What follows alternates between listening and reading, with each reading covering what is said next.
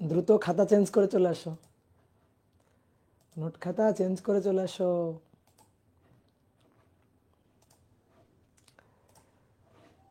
তোমাদের এক ভাইয়ের পরিবর্তে অন্য ভাই ঢুকে পড়ছে।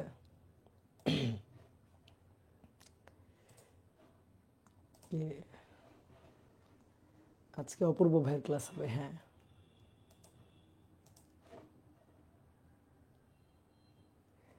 কে আপনি ভাই? চিনলাম না, চিনো নাই আমাকে? High high.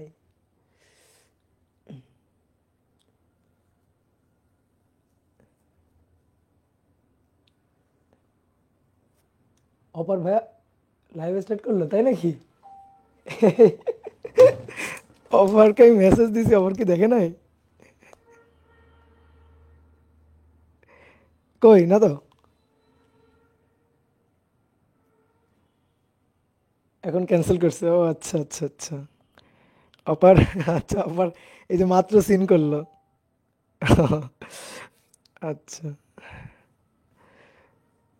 আচ্ছা আচ্ছা, বলো।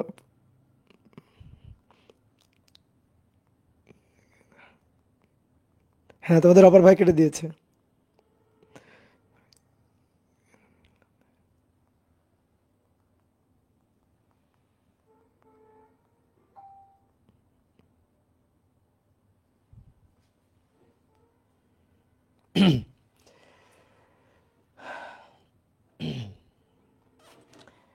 হ্যাঁ, তোমাদের অপার ভাইয়া কেটে দিয়েছে, লাইভে ঢুকে গেছিল, কেটে দিয়েছে পরে।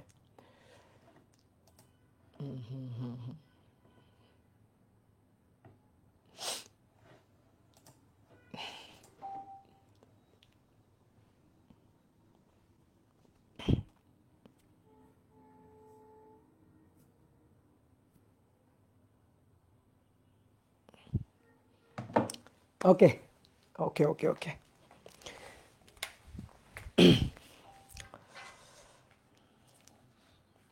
তোমাদের সাথে অনেক দিন পর দেখা হয়ে গেল আবার।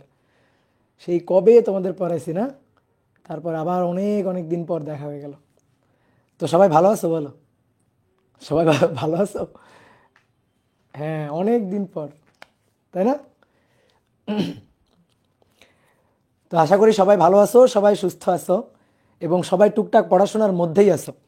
তো আমরা নিউটনের বলবিদ্যা অধ্যায়ের আজকে হচ্ছে 15তম ক্লাস করব। এই মাত্র 15তম ক্লাস আজকে, ঠিক আছে? তো চলো আজকে আমরা শুরু করব কি, আজকে আমরা শুরু করব হচ্ছে বৃত্তাকার গতিতে ত্বরণ। তো গত ক্লাসে আমরা বৃত্তাকার গতিতে কি ত্বরণ পড়ি নাই? পড়ছি। বাট বৃত্তাকার গতির ত্বরণের একটা আলাদা জগৎ আছে। কোন একটা বস্তু যদি বৃত্তাকার পথে ঘুরতে থাকে তাহলে তার ত্বরণের একটা আলাদা জগৎ আছে। আজকে সেই ত্বরণ রিলেটেড যত ধরনের কথাবার্তা হইতে পারে, যত ধরনের যা আলোচনার টপিক আছে, সবই আমরা আজকের ক্লাসে আলোচনা করব। ঠিক আছে? তাহলে চলো আমরা শুরু করে দিই। না ভাই, আজকে problem solving class, problem solving class আমি নিব, কোনো সমস্যা নেই। আজকে মূল ক্লাস, আজকে মূল ক্লাস, তোমরা একেবারে লেকচার খাতা নিয়ে চলে আসো।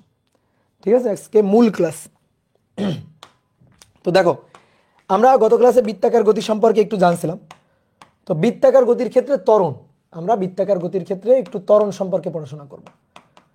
বৃত্তাকার গতির জন্য, বৃত্তাকার গতির জন্য ত্বরণ। তো একটা ছোট্ট কোশ্চেন করি তোমাদের, এটা 2 মার্কের প্রশ্নেও আসে। কোনো বস্তু যদি সরল রৈখিক পথে, সরল রৈখিক পথে সমদ্রুতিতে চলে, তাহলে তার কোনো ত্বরণ থাকে না।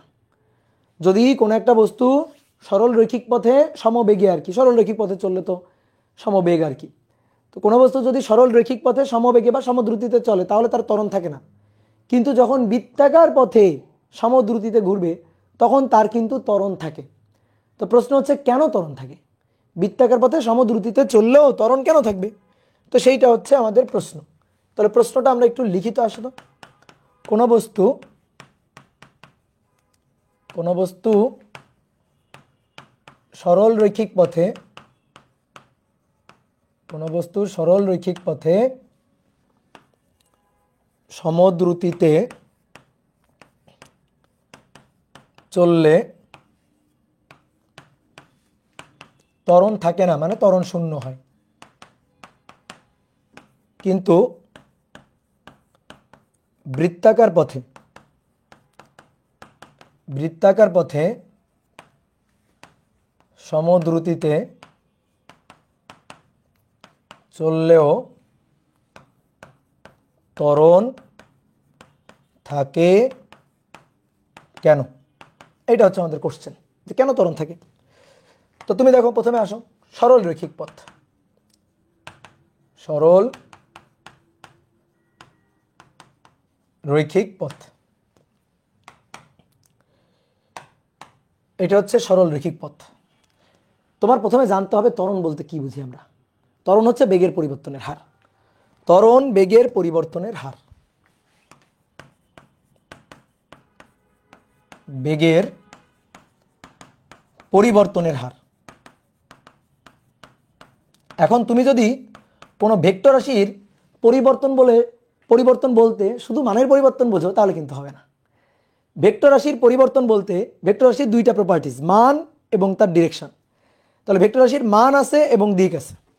তা আমি যদি ভেক্টর রাশির ক্ষেত্রে পরিবর্তন বুঝাই, পরিবর্তন বলি, তাহলে ভেক্টর রাশির ক্ষেত্রে দুই ধরনের পরিবর্তন, মানের পরিবর্তন এবং তার দিকের পরিবর্তন। দিকের পরিবর্তন হইলেও কিন্তু সেখানে পরিবর্তন ঘটে। তো মূল কথাটাই হচ্ছে এইটা, এই যে আলোচনা করতে যাচ্ছি তার মূল টু দ্য পয়েন্ট হচ্ছে এটা, মূল কিওয়ার্ডটাই হচ্ছে এটা, যে বেগ হচ্ছে ভেক্টর রাশি। যদি সরল রৈখিক পথে চলে তাহলে তো তার মানের পরিবর্তন, সরল রৈখিক পথে সমদ্রুতিতে যদি চলে, মানের পরিবর্তন তো হয়ই না, ইভেন তার দিকের কোনো পরিবর্তন হয় না। এই কারণে বেগের যে পরিবর্তন, বেগের যে ভেক্টর পরিবর্তন, তার যে ম্যাগনিটিউড সেইটা হয় শূন্য।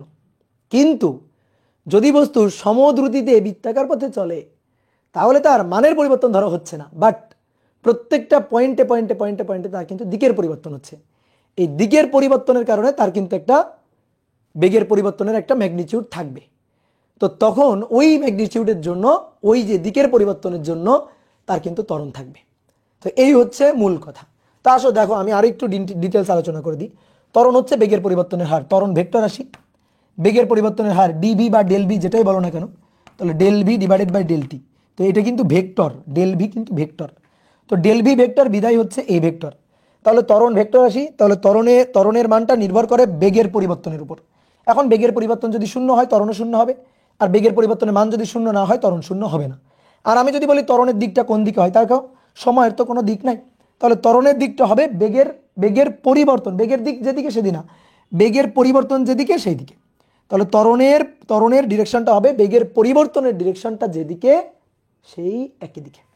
বুঝলা? তাহলে আসো তো দেখি, কোন একটা বস্তু ধরো সরল রৈখিক পথে চলতেছে, ধরো একটা গাড়ি একটা সরল রৈখিক রাস্তায় যাচ্ছে। তো এটা হচ্ছে ইনিশিয়াল পয়েন্ট। কিছুক্ষণ চলছে, ধরো তুমি কিছুক্ষণ ধরে অবজার্ভ করছো গাড়িটাকে। তো গাড়ি ধরো কিছুক্ষণ চলে গাড়িটা এখানে পৌঁছেছে। তো এই পয়েন্টে গাড়ির আদি বেগ হচ্ছে ইউ, এই পয়েন্টে গাড়ির শেষ বেগ হচ্ছে ভি। তাহলে একটা জিনিস খেয়াল করো, দিক কিন্তু একই দিকে আছে, আদি বেগের দিক শেষ বেগের দিক দুইটা বেগ একই দিকে আছে, এবং মনে করো মান একই, ধরো মান 5 মিটার পার সেকেন্ড, এখানেও মান ধরো 5 মিটার পার সেকেন্ড। ওকে, তো এবার আমরা বেগের পরিবর্তনটা বের করি। তো দেখি বেগের পরিবর্তনটা বের করি। আর ধরো এখান থেকে ওখানে যাইতে যে সময়টা লাগছে সেই ডেলটি সময়টা, সময় ব্যবধানটা ডেলটি সময়, এটা ধরো 2 সেকেন্ড। তো দেখি আমরা বেগের পরিবর্তনটা বের করি। তাহলে বেগের পরিবর্তন দ্যাট ইজ ডেল ভি, সবসময় পরিবর্তন বের করতে গেলে শেষ থেকে আদি বিয়োগ দিতে হয়। তাহলে ভি মাইনাস ইউ। দেখো আমরা বেগের বিয়োগফল বের করতেছি, বেগের পরিবর্তন বের করতেছি। বেগ কি রাশি? ভেক্টর রাশি। তাহলে তার হিসাব নিকাশ হবে কিন্তু ভেক্টর নিয়মে, তার হিসাব নিকাশ ভেক্টর নিয়মে হবে। তাহলে ডেল ভি এটা সমান সমান শেষ বেগ ভি আদি বেগ ইউ, এদের কিন্তু ভেক্টর বিয়োগফল। এবার তোমাকে আমি ভেক্টর অধ্যায়ে ভেক্টরের বিয়োগ শিখাইছিলাম না, বলো তো? ভেক্টরের অধ্যায়ে তোমাকে আমি ভেক্টরের বিয়োগ শিখাইছিলাম না? শিখাইছিলাম। কি করতে হয় ভেক্টরের বিয়োগ করার সময়? কি করতে হয় ভেক্টরের বিয়োগ করার সময়? আমরা লব্ধি করব। কেমনে? একটু চালাকি করে। কি চালাকি? দেখো এইটার মানে কি? এটার মানে হচ্ছে এই যে ভি ভেক্টর, তার সাথে আমি যোগই করব। যোগ করা মানে ভেক্টর লব্ধি করা আর কি। আমি যোগই করব কাকে? ইউকে না, ইউ এর বিপরীত ভেক্টরকে। তো ইউ ভেক্টর যদি এটা হয় তাহলে ইউ এর বিপরীত ভেক্টর কোনটা হবে? ইউ এর বিপরীত ভেক্টরটা কোনটা হবে? এটা যদি ইউ ভেক্টর বলি তাহলে ইউ এর বিপরীত ভেক্টর, এটা ধরো ইউ ভেক্টর, তাহলে ইউ এর বিপরীত ভেক্টর কোনটা হবে? তো ইউ এর বিপরীত ভেক্টরটা হবে তার সামনে একটা মাইনাস লেগে যাবে। তার মানে দিকটা যেদিকে ছিল মান একই থাকবে, বাট দিকটা যেদিকে ছিল তার উল্টা দিকে হবে, অর্থাৎ মাইনাস ইউ ভেক্টরটা হবে এই দিকে। এই যে এটা হচ্ছে 5 মিটার পার সেকেন্ড, অর্থাৎ দিকটা জাস্ট ঘুরে যাবে, মান একই থাকবে কিন্তু দিকটা জাস্ট ঘুরে যাবে। এটা হচ্ছে মাইনাস ইউ ভেক্টর, অর্থাৎ ইউ ভেক্টরের বিপরীত ভেক্টর, মান একই রেখে দিকটা ঘুরাই দিবা। তাহলে আমি শেষ বেগ ভি ভেক্টরের সাথে আদি বেগ ইউ ভেক্টরের বিপরীত ভেক্টরের যোগ করব। বিপরীত ভেক্টর মাইনাস বিপরীত ভেক্টরের যোগ করব মানে লব্ধি করব। তাহলে এইটার সাথে এইটার লব্ধি করব না, এইটার সাথে ইউ এর লব্ধি করব না, ইউ এর সাথে ভি এর সাথে ইউ এর বিপরীত ভেক্টরের লব্ধি করব। তাহলে আগে ইউ কে উল্টাবো, তারপরে ভি এর সাথে লব্ধি করব। ঠিক আছে, উল্টাবো, উল্টানোর পরে লব্ধি করব। তো দেখি তো আসো, উল্টানোর পরে লব্ধি করে বাংলা তর্জমা হচ্ছে ভি এর সাথে ইউ এর বিপরীত ভেক্টরের লব্ধি। তাহলে আসো আমরা ভি কে রাখবো, এই যে ভি কে রাখলাম, এটা হচ্ছে ভি, এটা হচ্ছে ভি ভেক্টর, মান কত 5 মিটার পার সেকেন্ড। এটা ইউ ভেক্টর, তাকে উল্টাবো, উল্টালাম, ইউ ভেক্টরটাকে উল্টালাম। তাহলে এটা হচ্ছে ইউ ভেক্টর, ইউ ভেক্টর, এটা হচ্ছে ইউ ভেক্টর, তাকে উল্টায় দেওয়া হয়েছে, তাহলে এটা মাইনাস ইউ ভেক্টর। তো মান কত, মানের কি কোনো চেঞ্জ আছে না, মান 5 মিটার পার সেকেন্ড। এইবার তুমি চিন্তা করো তো, লব্ধি করো তো, এটা 5, এটা বিপরীত দিকে 5, তাহলে লব্ধি কত, এদের লব্ধি কত? তাহলে এদের লব্ধি, এদের লব্ধি, সেই লব্ধি ভেক্টরটাই হচ্ছে ডেল ভি। তো মান কত, এই দুইটা লব্ধি করলে কত হবে 0, 5 বিয়োগ 5 0। কথা বুঝছো কি না, 5 বিয়োগ 5 কত 0। তাহলে ডেল ভি দেখো, ডেল ভি এর ম্যাগনিটিউড 0, এই যে del v vector, del v এর ম্যাগনিটিউড 0, অতএব এর মান এই যে ডেল ভি তার ম্যাগনিটিউড কত 0। তাহলে এবার আমাদের লাগবে ত্বরণ, ওকে, তাহলে ত্বরণ a equal to del v divided by del t. তাহলে আমি যদি ত্বরণের মান চাই, ধরো মান মডুলাস, এই যে মান, তাহলে উপরে মান 0, নিচে এখন ডেল টি তুমি যা দিয়ে ভাগ দাও না কেন কত হবে 0 হবে, অতএব ত্বরণ হয়ে যাচ্ছে 0।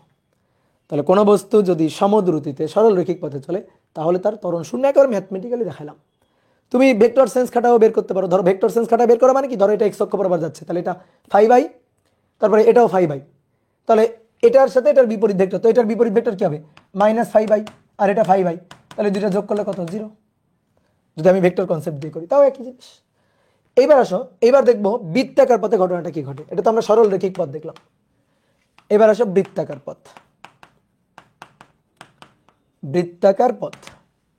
তাহলে কোনো একটা বস্তু ধরো বৃত্তাকার পথে ঘুরছে, বৃত্তাকার পথে ধরো এই পয়েন্টটা আছে, যে কোনো পয়েন্টে বৃত্তাকার পথে যদি ঘুরতে থাকে, যে কোনো পয়েন্টে তার বেগের ডিরেকশন হবে স্পর্শক বরাবর, যে কোনো পয়েন্টে তার বেগের ডিরেকশন হবে স্পর্শক বরাবর, এটা তো বোঝো। তুমি একটা বস্তুকে ধরো সুতায় বেঁধে এভাবে ঘোরাচ্ছ, ঘুরাইতে ঘুরাইতে একসময় বস্তুটাকে সুতা ছেড়ে দিবা, সুতা ছেড়ে দিলে দেখবা যে পয়েন্ট থেকে তুমি সুতাটা ছেড়ে দিছো সেই পয়েন্টে স্পর্শক বরাবর ছিটে চলে যাচ্ছে, স্পর্শক বরাবর ছিটকে চলে যাচ্ছে। ধরো এই পয়েন্ট থেকে ছেড়ে দিছো, এই বরাবর চলে যাবে, এই পয়েন্ট থেকে ছেড়ে দিছো, এই বরাবর চলে যাবে, এই পয়েন্ট থেকে ছেড়ে দিছো, এই বরাবর চলে আসবে, এই পয়েন্ট থেকে ছেড়ে দিলে এই বরাবর চলে যাবে। তাহলে যে পয়েন্ট থেকে তুমি ছেড়ে দিবা সেই পয়েন্ট থেকে সেই স্পর্শক বরাবর ছিটকে বাইরে বের হয়ে যাবে। কথা বুঝছো না বুঝো নাই, কথা বুঝছো নাকি বুঝো নাই? তাহলে তাহলে এই পয়েন্টে তার বেগের ডিরেকশন এটা স্পর্শক বরাবর, ঠিক আছে।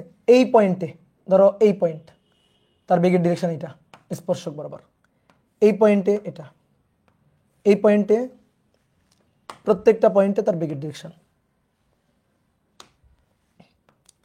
এই পয়েন্টে তার বেগের ডিরেকশন এটা, এই পয়েন্টে তার বেগের ডিরেকশন এটা, যে প্রত্যেকটা পয়েন্টে তার বেগের ডিরেকশন স্পর্শক বরাবর থাকবে।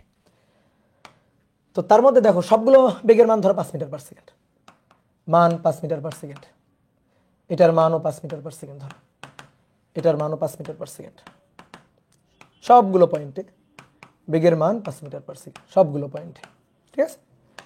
আর এটা হচ্ছে আমাদের সেন্টার, কেন্দ্র। তাহলে এই যে কেন্দ্রের সাথে কেন্দ্রগামী যে রেখাটা আর কি, মানে এই পয়েন্টে স্পর্শক, আর এটা হচ্ছে কেন্দ্র আর ওই পয়েন্টের সরল রেখা, তাহলে এইটা হচ্ছে 90 ডিগ্রি, এটা হচ্ছে 90 ডিগ্রি, ঠিক আছে, কীভাবে 90 ডিগ্রি, এটা 90 ডিগ্রি, এই কোণটা 90 ডিগ্রি, প্রত্যেকটা পয়েন্টে স্পর্শকের সাথে ব্যাসার্ধের কোণ কত 90 ডিগ্রি। তো এখন কথা হচ্ছে কি, বৃত্তাকার পথে ঘুরলে কেন ত্বরণ থাকে? এক কথায় উত্তর, মানের পরিবর্তন নেই কিন্তু দিকের তো পরিবর্তন আছে, বেগ তো ভেক্টর রাশি, মান আর দিক দুইটা প্রপার্টিস তার, মান দিক মানে সম্মান, মান সম্মান দুইটা জিনিস আছে। তো মানের কোনো চেঞ্জ নেই কিন্তু সম্মানের চেঞ্জ হয়ে যাচ্ছে, ঠিক আছে। প্রত্যেকটা পয়েন্টে তার ডিরেকশন, বেগের ডিরেকশন ভিন্ন ভিন্ন হচ্ছে, এই কারণে এই ক্ষেত্রে বেগের পরিবর্তন ভেক্টরের মান থাকবে এবং তার জন্যই ত্বরণ হবে, এবং তার জন্যই ত্বরণ হবে। এবার আসো আমি তোমাকে ত্বরণ একেবারে মানে টু দা পয়েন্ট ম্যাথমেটিক্যালি তোমাকে আমি ত্বরণের হিসাবটা কেমনে করতে হবে সেটা তোমাকে দেখাচ্ছি। ধরো আমরা দুইটা পয়েন্ট নিব, ধরো আমরা এই যে বৃত্তাকার পথে বস্তু ঘুরতেছে তার জন্য দুইটা পয়েন্ট দেখাবো। একটা পয়েন্ট ধরো এটা, এই পয়েন্ট স্পর্শক বরাবর এটা, এটা হচ্ছে V on vector. V on vector মান কত? মান ধরো ভি, মান ভি, মান কিন্তু ভি। আর এই একটা পয়েন্ট, এই পয়েন্টে স্পর্শক বরাবর, এই পয়েন্টে স্পর্শক বরাবর এটা হচ্ছে ভি টু ভেক্টর, মান কত? মান হচ্ছে ভি, মান হচ্ছে ভি, এটারও মান ভি। তাহলে দুটো পয়েন্ট, একটা পয়েন্টে আর একটা পয়েন্ট, এটা হচ্ছে বি, বি পয়েন্ট। তো এই দুই পয়েন্টে বেগের পরিবর্তনটা দেখাইতে চাই, এই দুই পয়েন্টে বেগের পরিবর্তন। তো কিভাবে পরিবর্তন দেখাবা? বেগের পরিবর্তন বলতে আমরা কি বুঝি? ডেল ভি পরিবর্তন, শেষ, এই পয়েন্ট আদি, এই পয়েন্ট শেষ। তাহলে v two minus v one, তাহলে আগের মতো v two vector plus minus v one vector. তাহলে ভি টু এর সাথে ভি ওয়ানের বিপরীত ভেক্টর লব্ধি করব। এটা ভি ওয়ান ভেক্টর, তাহলে এর বিপরীত ভেক্টর উল্টাই দিব, এর উল্টা, এটাকে উল্টাই দিব, উল্টাই দিলেই তো বিপরীত ভেক্টর হবে, উল্টাই দিয়ে লব্ধি করব। তাহলে এটাকে উল্টাই, আসো, এটাকে উল্টাইলে এইটা হয়ে যাবে, এটাকে উল্টাই দিলে এরকম হয়ে যাবে, এটা হচ্ছে মাইনাস ভি ওয়ান ভেক্টর, কিন্তু মান কত? মান কিন্তু ভি। আর এটাকে উল্টাইলাম, এটাকে উল্টাইলে দেখো তো, বুঝো, এটাকে উল্টাই দিলে এরকম হয়ে যাবে, তারপরে এইটা তো এরকম আসেই। এবার এইটাকে বর্ধিত করব আর এটাকে একটু টেনে নিয়ে আসবো, নিয়ে আসলে একটা পয়েন্টে মিলবে, তো সেই কাজ করবে এবার, ঠিক আছে? কারণ লব্ধি করতে হবে, লব্ধি করতে গেলে তো পা এক জায়গায় আনতে হবে, তাহলে ভি টুকে উপরে উঠাই দিব, উপরে উঠাই দিয়ে, বা ধরো এইটা হচ্ছে ভি টু, ধরো এইটা হচ্ছে ভি টু, এটাকে আমি তুলে নিয়ে যাচ্ছি, এই যে আমি ভি টুটাকে তুলে নিয়ে যাচ্ছি, এই যে ভি টুটাকে এখানে তুলে নিয়ে গেলাম, দেখলাম? তাহলে এই ভি টু এর মানও কত? ভি টু ভেক্টর মান কত? ভি। এবার লব্ধি করব, এদের মধ্যবর্তী কোণ হচ্ছে এইটা, এদের লব্ধি করব, লব্ধি করলে আমি বেগের পরিবর্তন পাবো, লব্ধি করলে আমি বেগের পরিবর্তন, লব্ধি করলে কিভাবে বেগের পরিবর্তন পাবো? সামান্তরিক আঁকতে হবে, সামান্তরিক আঁকতে হবে, এই, তাহলে এইটা হচ্ছে আমাদের পরিবর্তন, এইটা, তাহলে এটা আমাদের ডেল ভি। ওকে, তাহলে এইবার তুমি দেখো তো, এই যে বাহুর দৈর্ঘ্যটা, এটাই ডেল ভি এর মান না? কোনো একটা ভেক্টরের মান প্রকাশ করে কে? ওই ভেক্টরটাকে আমরা যে বাহু দিয়ে প্রকাশ করব সেই বাহুর দৈর্ঘ্য, তাই না? বলো, সেই বাহুর দৈর্ঘ্য বলো। তাহলে এই যে বাহুর দৈর্ঘ্যটা, এই বাহুর দৈর্ঘ্যটা, এই বাহুর দৈর্ঘ্যটা এই ডেল ভি ভেক্টরের মান নির্দেশ করবে। এবার তুমি বলো, দেখে মনে হয় এই বাহুর দৈর্ঘ্য 0? বলো দেখি, দেখে মনে হয় এই বাহুর দৈর্ঘ্যটা 0? বলো, কারো যদি মনে হয় হাত তোলো, বলো। না, অবশ্যই এই বাহুর একটা দৈর্ঘ্য আছে, তাহলে এই বাহুর দৈর্ঘ্যটাই ডেল ভি ভেক্টরের মান, বেগের পরিবর্তনের মান, এই বাহুর দৈর্ঘ্যটা। তাহলে যেহেতু এই বাহুর একটা দৈর্ঘ্য আছে, তাহলে ডেল ভি ভেক্টরের তো একটা মান আছে, তার মানে হচ্ছে ডেল ভি ভেক্টরের ম্যাগনিটিউডটা 0 না, 0 না ডেল ভি ভেক্টরের ম্যাগনিটিউডটা। বুঝতে পারছো? এই যে ডেল ভি ভেক্টরের ম্যাগনিটিউড বা মান, এভাবে লিখলেও কিন্তু হবে, কোনো সমস্যা নেই, আবার ম্যাগনিটিউড এভাবে লিখলেও হয়, কোনো সমস্যা নেই। তাহলে এর মান কিন্তু 0 না, এর একটা মান আছে। তাহলে যেহেতু এর মান আছে, বুঝাই গেল, যেহেতু এর মান আছে, তাহলে এর জন্য তো একটা ত্বরণ থাকবেই। তাহলে এই যে ডেল ভি ভেক্টর এর মান আছে ডিভাইডেড বাই টাইম টি, তাহলে অবশ্যই এ এরও মান আছে। তাহলে এবার অতএব এ এইটা নট ইকুয়াল টু 0, তাহলে একটা ত্বরণ থাকবেই। এইবার শোনো ভাই, এইবার শোনো, এই যে ত্বরণটা, এই ত্বরণের একটা সুন্দর নাম আছে। এই ত্বরণটার নাম হচ্ছে, দেখি কে বলতে পারবে, বলো তো? এই ত্বরণের একটা সুন্দর নাম আছে, খুব কিউট একটা নাম আছে, দেখি কে বলতে পারবে? কেন্দ্রমুখী ত্বরণ, কেন্দ্রমুখী ত্বরণ, সেন্টিপিটাল এক্সেলারেশন, এসি দিয়ে প্রকাশ করব, ছোট্ট করে সি লিখে দিব। কারণ এর দিকটা কেন এই কেন্দ্রমুখী ত্বরণ, নামের মধ্যেই কারণ আছে লুকানো, কারণ এর ডিরেকশন কেন্দ্রের দিকে, তাহলে এটা কেন্দ্রমুখী ত্বরণ, দ্যাট ইজ এসি, কেন্দ্রের দিকে ডিরেকশন। কথা কি সত্যি? ইয়েস, সত্যি। তুমি দেখো এর ডিরেকশনটা কেন্দ্রের দিকে, তুমি দেখো এর ডিরেকশনটা কেন্দ্রের দিকে। আমি এটাকে উল্টাবো, এটাকে আমি উল্টাবো, আর এই দুইটাকে এইভাবে নিয়ে যাব, ঠিক আছে? এটাকে আমি উল্টাবো, দুইটাকে বর্ধিত করে মিলাবো, দেখো ডিরেকশন থাকবে কেন্দ্রের দিকে। তুমি দেখো, আমি তোমার দেখাই দিচ্ছি, এখানে ডিরেকশন কেন্দ্রের দিকে যে থাকবে, তুমি হাতে নাতে টের পেয়ে যাবা। এই যে বৃত্তাকার পথ, বৃত্তাকার পথ, এই পয়েন্টে এইটা ছিল ভি1, এইটা ছিল আমাদের ভি2, তাই না? এটা ছিল ভি2, ভি1টাকে উল্টাবো, এই ভি1টাকে এটাকে উল্টাবো, আসো এটাকে উল্টাবো, এই যে উল্টালাম, এই উল্টানো হইলো। তো এ ছিল কোথায়? এইখানে ছিল, এই যে এখানে ছিল। এটাকে উল্টাইলাম কিন্তু,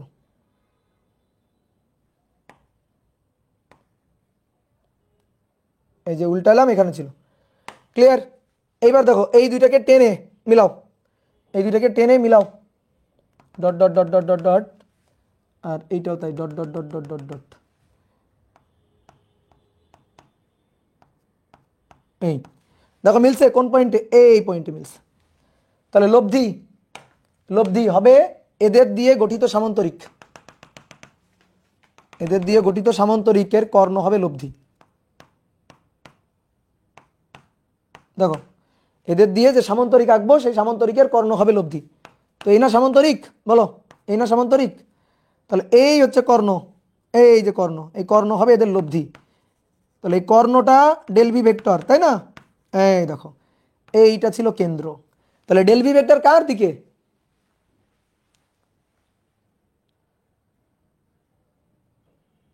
বলো এই ডেল ভি ভেক্টরটা কার দিকে? দেখো কার দিকে, কার দিকে? ইয়েস, কেন্দ্রের দিকে। তাহলে এই ডেল ভি এর জন্য যে ত্বরণের জন্ম, এ দেখো ডেল ভি এর জন্য, ডেল ভি ভেক্টর যেদিকে এর জন্য যে ত্বরণের জন্ম, সেই ত্বরণও থাকবে ওই একই দিকে, সেই ত্বরণটাও থাকবে একই দিকে। তাহলে এই যে ত্বরণ থাকবে এই দিক বরাবর, এই ত্বরণের নাম কি? কেন্দ্রমুখী ত্বরণ। বুঝতে পারছো? দেখো একেবারে হাতে নাতে কেন্দ্রের দিকে হবে না, মানে দেখো কেন্দ্রের দিকে আছে। ঠিক আছে, কেউ তোমার এরকম সুন্দর করে দেখাই দিবে না কিন্তু যে কেন্দ্রমুখী ত্বরণ এই দেখো কেন্দ্রের দিকে, আমি তোমার দেখাই দিলাম, একেবারে আত্মায় গেঁথে রাখো।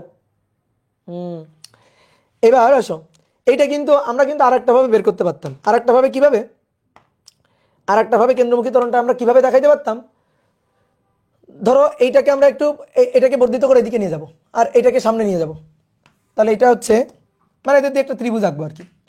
এটা হচ্ছে v one vector, that is v. V two ভেক্টরটাই যে এটাকে বর্ধিত করে ওইদিকে নিয়ে যাই, ওইদিকে নিয়ে গেলে দেখো তো এরকম হবে না? বর্ধিত করে নিয়ে গেলে এরকম হবে কিনা দেখো তো, এই যেটা, এই এটা হচ্ছে v two vector, that is মান ভি। এবার কথা হচ্ছে কি, উল্টানো পাল্টানোরও দরকার নেই, তুমি এখান থেকেই তুমি ডেল ভি বের করতে পারবা। একটা কাজ করো, দেখো এই দুইটা কৌণিক বিন্দু যোগ করে দাও, এর যে শীর্ষবিন্দু আর এর যে শীর্ষবিন্দু, এই দুইটা শীর্ষবিন্দু যোগ করে দাও।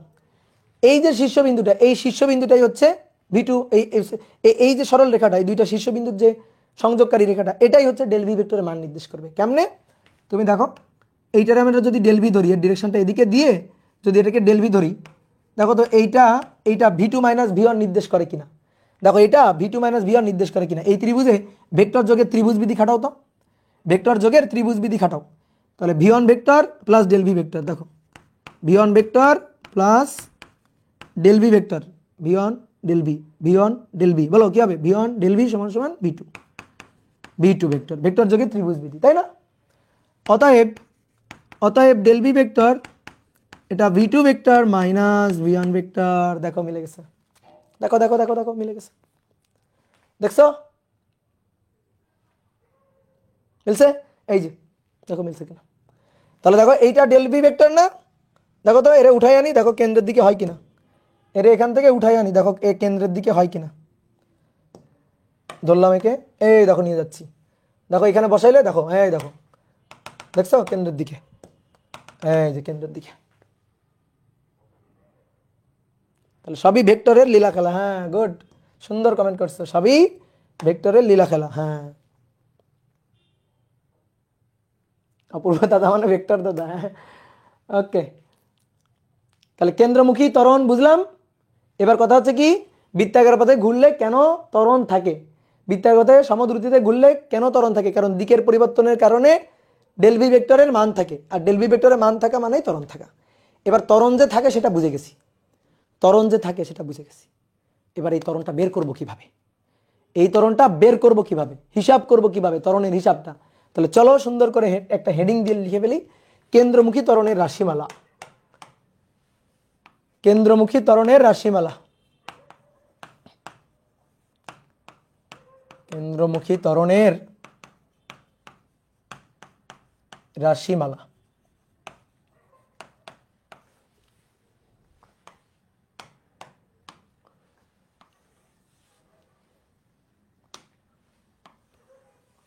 এই কি হলো? এবার মোটামুটি হয়েছে। ধরো একটা বস্তু বৃত্তাকার পথে ঘুরবে, একটা বস্তু বৃত্তাকার পথে ঘুরবে, এই পয়েন্টে আছে বস্তুটা, এই পয়েন্টে তার স্পর্শক বরাবর বেগ, এই পয়েন্টে তার স্পর্শক বরাবর বেগ হচ্ছে ভি, এই পয়েন্টে, এটা হচ্ছে সেন্টার ও, এটা এ বিন্দু। এবার বস্তুটা এ থেকে বিতে গেল, বৃত্তার পথে একই একই মান নিয়ে ঘুরে, একই মান, মানে কোনো চেঞ্জ হয়নি, একই মান নিয়ে ঘুরে এ থেকে বস্তু বিতে গেল। বি বিন্দুটা খুবই কাছাকাছি, এর খুবই কাছাকাছি বিন্দু, অর্থাৎ এ থেকে বিতে যাইতে, এ থেকে বিতে যাইতে যে সময় ব্যবধানটা ডেলটি, এই ডেলটি টেন্স টু 0, মানে খুবই ক্ষুদ্র সময় ব্যবধান, এ থেকে বিতে যাওয়ার সময় ব্যবধান। তো সেই বি বিন্দুটা, এটা এ, আর ধরো এই বিন্দুটা বি, এই বিন্দুটা হচ্ছে বি। ধরো এ থেকে বিতে চলে আসলো বস্তুটা, এ থেকে বস্তুটা বিতে চলে আসলো, এই যে বিতে তার বেগ, বিতে থাকবে স্পর্শক বরাবর, বিতে তার বেগ থাকবে এই বরাবর স্পর্শক বরাবর, এ থেকে বিতে আসছে। ওকে, এ থেকে বিতে আসছে। এবার একটা জিনিস খেয়াল করো, এ থেকে ঘুরে বিতে আসছে, তাহলে বিতে আসলে ও আর বি সংযোগ করলে এটা হচ্ছে এই বৃত্তপথের ব্যাসার্ধ, আবার ও আর এ সংযোগ করলে এইটা হচ্ছে তার বৃত্তপথের ব্যাসার্ধ, এটা হচ্ছে বৃত্তপথের ব্যাসার্ধ। কি তাই কি না? বলো তাই কি না? হ্যাঁ।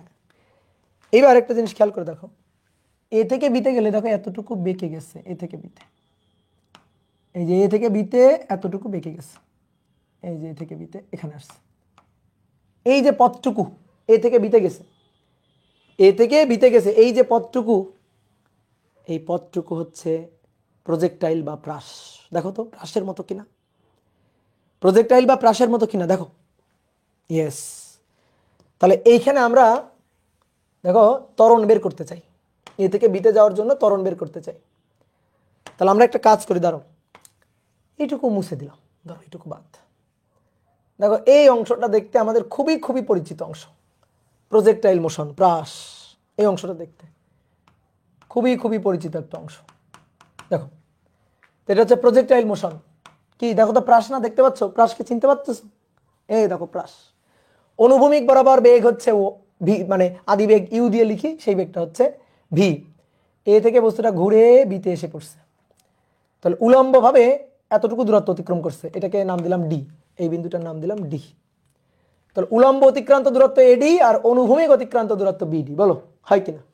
উলম্ব অতিক্রান্ত দূরত্ব এডি আর অনুভূমিকভাবে অতিক্রান্ত দূরত্ব বিডি। দাদা প্রাস পড়ি নাই, প্রাস পড়ি নাই, প্রাস না পড়লে তো হবে না, একটু পড়া লাগবে। তো তারপরেও সমস্যা নাই, আমি তোমাকে বলে দিচ্ছি, দেখো একটু জ্ঞান লাগাও তাহলে হয়ে যাবে। এ থেকে বস্তু বিতে আসলে উলম্ব অতিক্রান্ত দূরত্ব এডি আর অনুভূমিক অতিক্রান্ত দূরত্ব হচ্ছে বিডি। তাহলে আমরা দেখো অনুভূমিক অতিক্রান্ত দূরত্ব বিডি, যেটাকে আমরা প্রাসে বলতাম এক্স, প্রাসের ক্ষেত্রে যেটাকে আমরা বলতাম এক্স, এই এক্স ইকুয়াল টু সূত্র ছিল, দেখো তুমি খেয়াল করে দেখো, এর এর এই যে বেগটা, আদি বেগটা, সেই আদি বেগটা পুরাটাই এক্স অক্ষ বরাবর, এটা যদি বলি এক্স অক্ষ, পুরাটাই এক্স অক্ষ বরাবর। তাহলে এই বেগের আদি বেগের দুইটা উপাংশ করলে এক্স অক্ষ বরাবর যে উপাংশটা সেইটা হচ্ছে ভি কস 0, মানে এই বেগটা তো পুরাটাই এক্স অক্ষ বরাবর, তাহলে আদি বেগ পুরাটাই এক্স অক্ষ বরাবর, ওই যে আমরা প্রাসের ক্ষেত্রে লিখতাম ইউ কস 0 আর কি। তো এই বরাবর কোনো ত্বরণ নেই, এই বরাবর কোনো ত্বরণ নেই। তাহলে বিডি এর যে সূত্রটা ছিল, বিডি এই যে সূত্রটা ছিল সেটা হচ্ছে সমবেগের সূত্র, V into T, B into T. এ থেকে বিতে যাইতে যে সময় লাগছে সেই সময়টা ডেল টি বা টি, এই যে ডেল টি বা টি, এই সময়টা হচ্ছে টি। বলো এইটুকু সবাই বুঝছো কিনা? বলো এইটুকু সবাই বুঝছো কিনা? প্রাসের ক্ষেত্রে অনুভূমিকভাবে নিক্ষিপ্ত প্রাসের ক্ষেত্রে এক্স ইকুয়াল টু ইউটি, জানো কিনা? ইউটি এর জায়গায় বিটি। Yes, okay good. ইউটি এর জায়গায় বিটি, জাস্ট আমি সূত্র ধার করে নিয়ে আসতেছি। আর উলম্ব অতিক্রান্ত দূরত্ব এডি, দেখো এর কোনো বেগ উলম্ব বরাবর নাই, এর কোনো বেগ উলম্ব বরাবর নাই। এই কারণে নর্মালি আমরা কোন সূত্রটা খাটাচ্ছি জানো? S equal to ut plus half at square, এই সূত্রটা খাটাচ্ছি, এই সূত্রটা খাটাচ্ছি, হাফ এটি স্কয়ার, এস এর জায়গায় এডি। এবার আসো, এই যে আদিবেগ এক্স অক্ষ বরাবর, ওয়াই অক্ষ বরাবর কোনো আদিবেগ নাই, তাহলে ওয়াই অক্ষ বরাবর আদিবেগ মান কত? 0, তাহলে এটা 0, তাহলে হাফ এ টি স্কয়ার, শেষ। আর এর জায়গায় আমরা প্রাসের ক্ষেত্রে বসাইতাম জি, এর ক্ষেত্রে আমরা প্রাসের জায়গায় বসাইতাম জি। তো এই ক্ষেত্রে তাহলে জি বসাবো, এই ক্ষেত্রে কি বসাবো? জি বসাবো। তাহলে এডি এইটা ইকুয়াল টু হাফ হাফ, এর জায়গায় কি জি লিখবো না, হাফ জি, দেখো হাফ জি টি স্কোয়ার, ভালো করে খেয়াল করো, জি বসাইতাম, প্রাস হইলে জি বসাইতাম। এটা প্রাসের মতো বাট প্রাস না, এটা প্রাসের মতো বাট প্রাস তো না, ঠিক আছে, এটা প্রাসের মতো বাট প্রাস না। এখানে আমি প্রজেক্টাইল মোশনের কথা বলি না, একটা বস্তুকে বৃত্তাকার পথে ঘোরাচ্ছি, ধরো এইভাবে ধরে বৃত্তাকার পথে ঘোরাচ্ছি, দড়িতে বেঁধে এইভাবে বৃত্তাকার পথে ঘোরাচ্ছি, তাহলে তুমি উপর থেকে টপ ভিউটা দেখতেছো, বৃত্তাকার পথের টপ ভিউ, এটা প্রাস না। তাহলে এ থেকে যে বিতে আসলো, বেগের যে দিকের পরিবর্তন হলো, সেই দিকের পরিবর্তন একটা ত্বরণের কারণে অবশ্যই হয়েছে। তো সেই ত্বরণটা কোন দিকে, সেই ত্বরণটা কোন দিকে তুমি চিন্তা করে দেখো তো, তুমি তুমি জি এর কথা মিলাও, প্রাসের ক্ষেত্রে জি কোন দিকে ছিল, প্রাসের ক্ষেত্রে জি থাকতো কোন দিকে, ধরো একটা বস্তুকে একটা ছাদ থেকে অনুভূমিকভাবে নিক্ষেপ করছে ইউ বেগে, এইভাবে গিয়ে পড়লো, তাহলে প্রাসের ক্ষেত্রে জি, দেখো এভাবে যদি অনুভূমিকভাবে গিয়ে নিচে পড়ে, তাহলে প্রাসের ক্ষেত্রে জি এরকম নিচের দিকে থাকতো না, খাড়া নিচের দিকে, খাড়া নিচের দিকে থাকতো না, এইখানেও এরকম একটা ত্বরণ আছে, দেখো খাড়া নিচের দিকে, তাহলে খাড়া নিচের দিকে যে ত্বরণটা, সেই ত্বরণটা, তো খাড়া নিচের দিকে মানে কেন্দ্রের দিকে, দেখো এই পয়েন্টে কেন্দ্রের দিকে ত্বরণ, তাহলে এই পয়েন্টে কেন্দ্রের দিকে ত্বরণ, সেই কেন্দ্রের দিকে ত্বরণটা হচ্ছে এসি নট জি। তাহলে আমরা এইখানে জি বসাবো না, কি বসাবো, এ সি বসাবো, অর্থাৎ কেন্দ্রমুখী ত্বরণ। এই বেগের দিকের পরিবর্তনটা হয়েছে কেন্দ্রের দিকে, এই ত্বরণটা এসি এর জন্য, এসি এর জন্য। তাহলে এসি আসলো কোথা থেকে, এসি তো এটা তো বৃত্তাকার পথে একটা বস্তু ঘুরতেছে, একটা বস্তু বৃত্তাকার পথে ঘুরতেছে, ধরো একটা বস্তুকে দড়িতে বেঁধে আমি ঘোরাচ্ছি এভাবে, এটা প্রাস না, এটা প্রাস না, কিন্তু ধরো বস্তুটা ঘুরতে ঘুরতে এ থেকে বিতে গেছে, তুমি ভাবো না যে উলম্ব তলে ঘুরতেছে, এরকম উলম্ব তলে ঘুরতেছে, এই জিনিসটা ভাবিও না, বিভিন্ন ভাবে ঘুরতে পারে, ঘুরলেই হইল, অনুভূমিক তলে ঘুরতে পারে, উলম্ব তলে ঘুরতে পারে, বিভিন্ন তলে ঘুরতে পারে, বুঝতে পারছো, বিভিন্ন তলে ঘুরতে পারে। তাহলে বেগের পরিবর্তনের দিকে, হ্যাঁ বেগের পরিবর্তন তো কেন্দ্রের দিকেই হয়েছে, বেগের পরিবর্তন তো কেন্দ্রের দিকেই হয়েছে। এবার কথা হচ্ছে কি ভাই, দাঁড়াও দাঁড়াও আমি বুঝতে পারছি, এখন কথা হচ্ছে কি, যাদের কনফিউশন হচ্ছে যে ভাই আপনি না বললেন এখানে যখন এই পয়েন্ট আর এই পয়েন্ট নিয়ে আমরা বেগের পরিবর্তন বের করলাম, তখন এই বরাবর দিলাম, কিন্তু আপনি বলতেছেন এই বরাবর। দেখো আমি বলছি এ থেকে বিতে যাইতে যে সময় ব্যবধানটা, সেই সময় ব্যবধানটা অতি ক্ষুদ্র, কিন্তু আমি এখানে চিত্রটা আঁকছি বড় করে জুম করে, আসলে চিত্রটা ছিল এরকম, আসলে যে চিত্রটা, সেই চিত্রটা ছিল এরকম, এ আর বি খুবই কাছাকাছি দুইটা বিন্দু, এ আর বি খুবই কাছাকাছি দুইটা বিন্দু, এই যে এ বিন্দু হচ্ছে এইটা, এ বিন্দু ধরো এইটা, আর এই যে বি বিন্দু ধরো এইটা, এইটা হচ্ছে বি বিন্দু, খুবই কাছাকাছি দুইটা বিন্দু, এ থেকে বি, এ থেকে বি, এই যে এইটা, তাহলে এইটা ছিল কেন্দ্রগামী ব্যাসার্ধ আর কি, বি থেকেও টানলাম, এই যে দেখো এইটুকু হচ্ছে আমাদের এডি, আর এইটুকু আমাদের বিডি, এই হচ্ছে আসল চিত্র, আসল চিত্র হচ্ছে এই। এবার বলো কিছু বুঝতেছে এখানে, এখানে কি আমি তোমার কিছু দেখাইতে পারতেছি, দাঁড়াও একটু জুম করি, আসো একটু জুম করি, কই আমার জুম গেল কই, কিরে একটু জুম ছিল যে, জুম জুম জুম,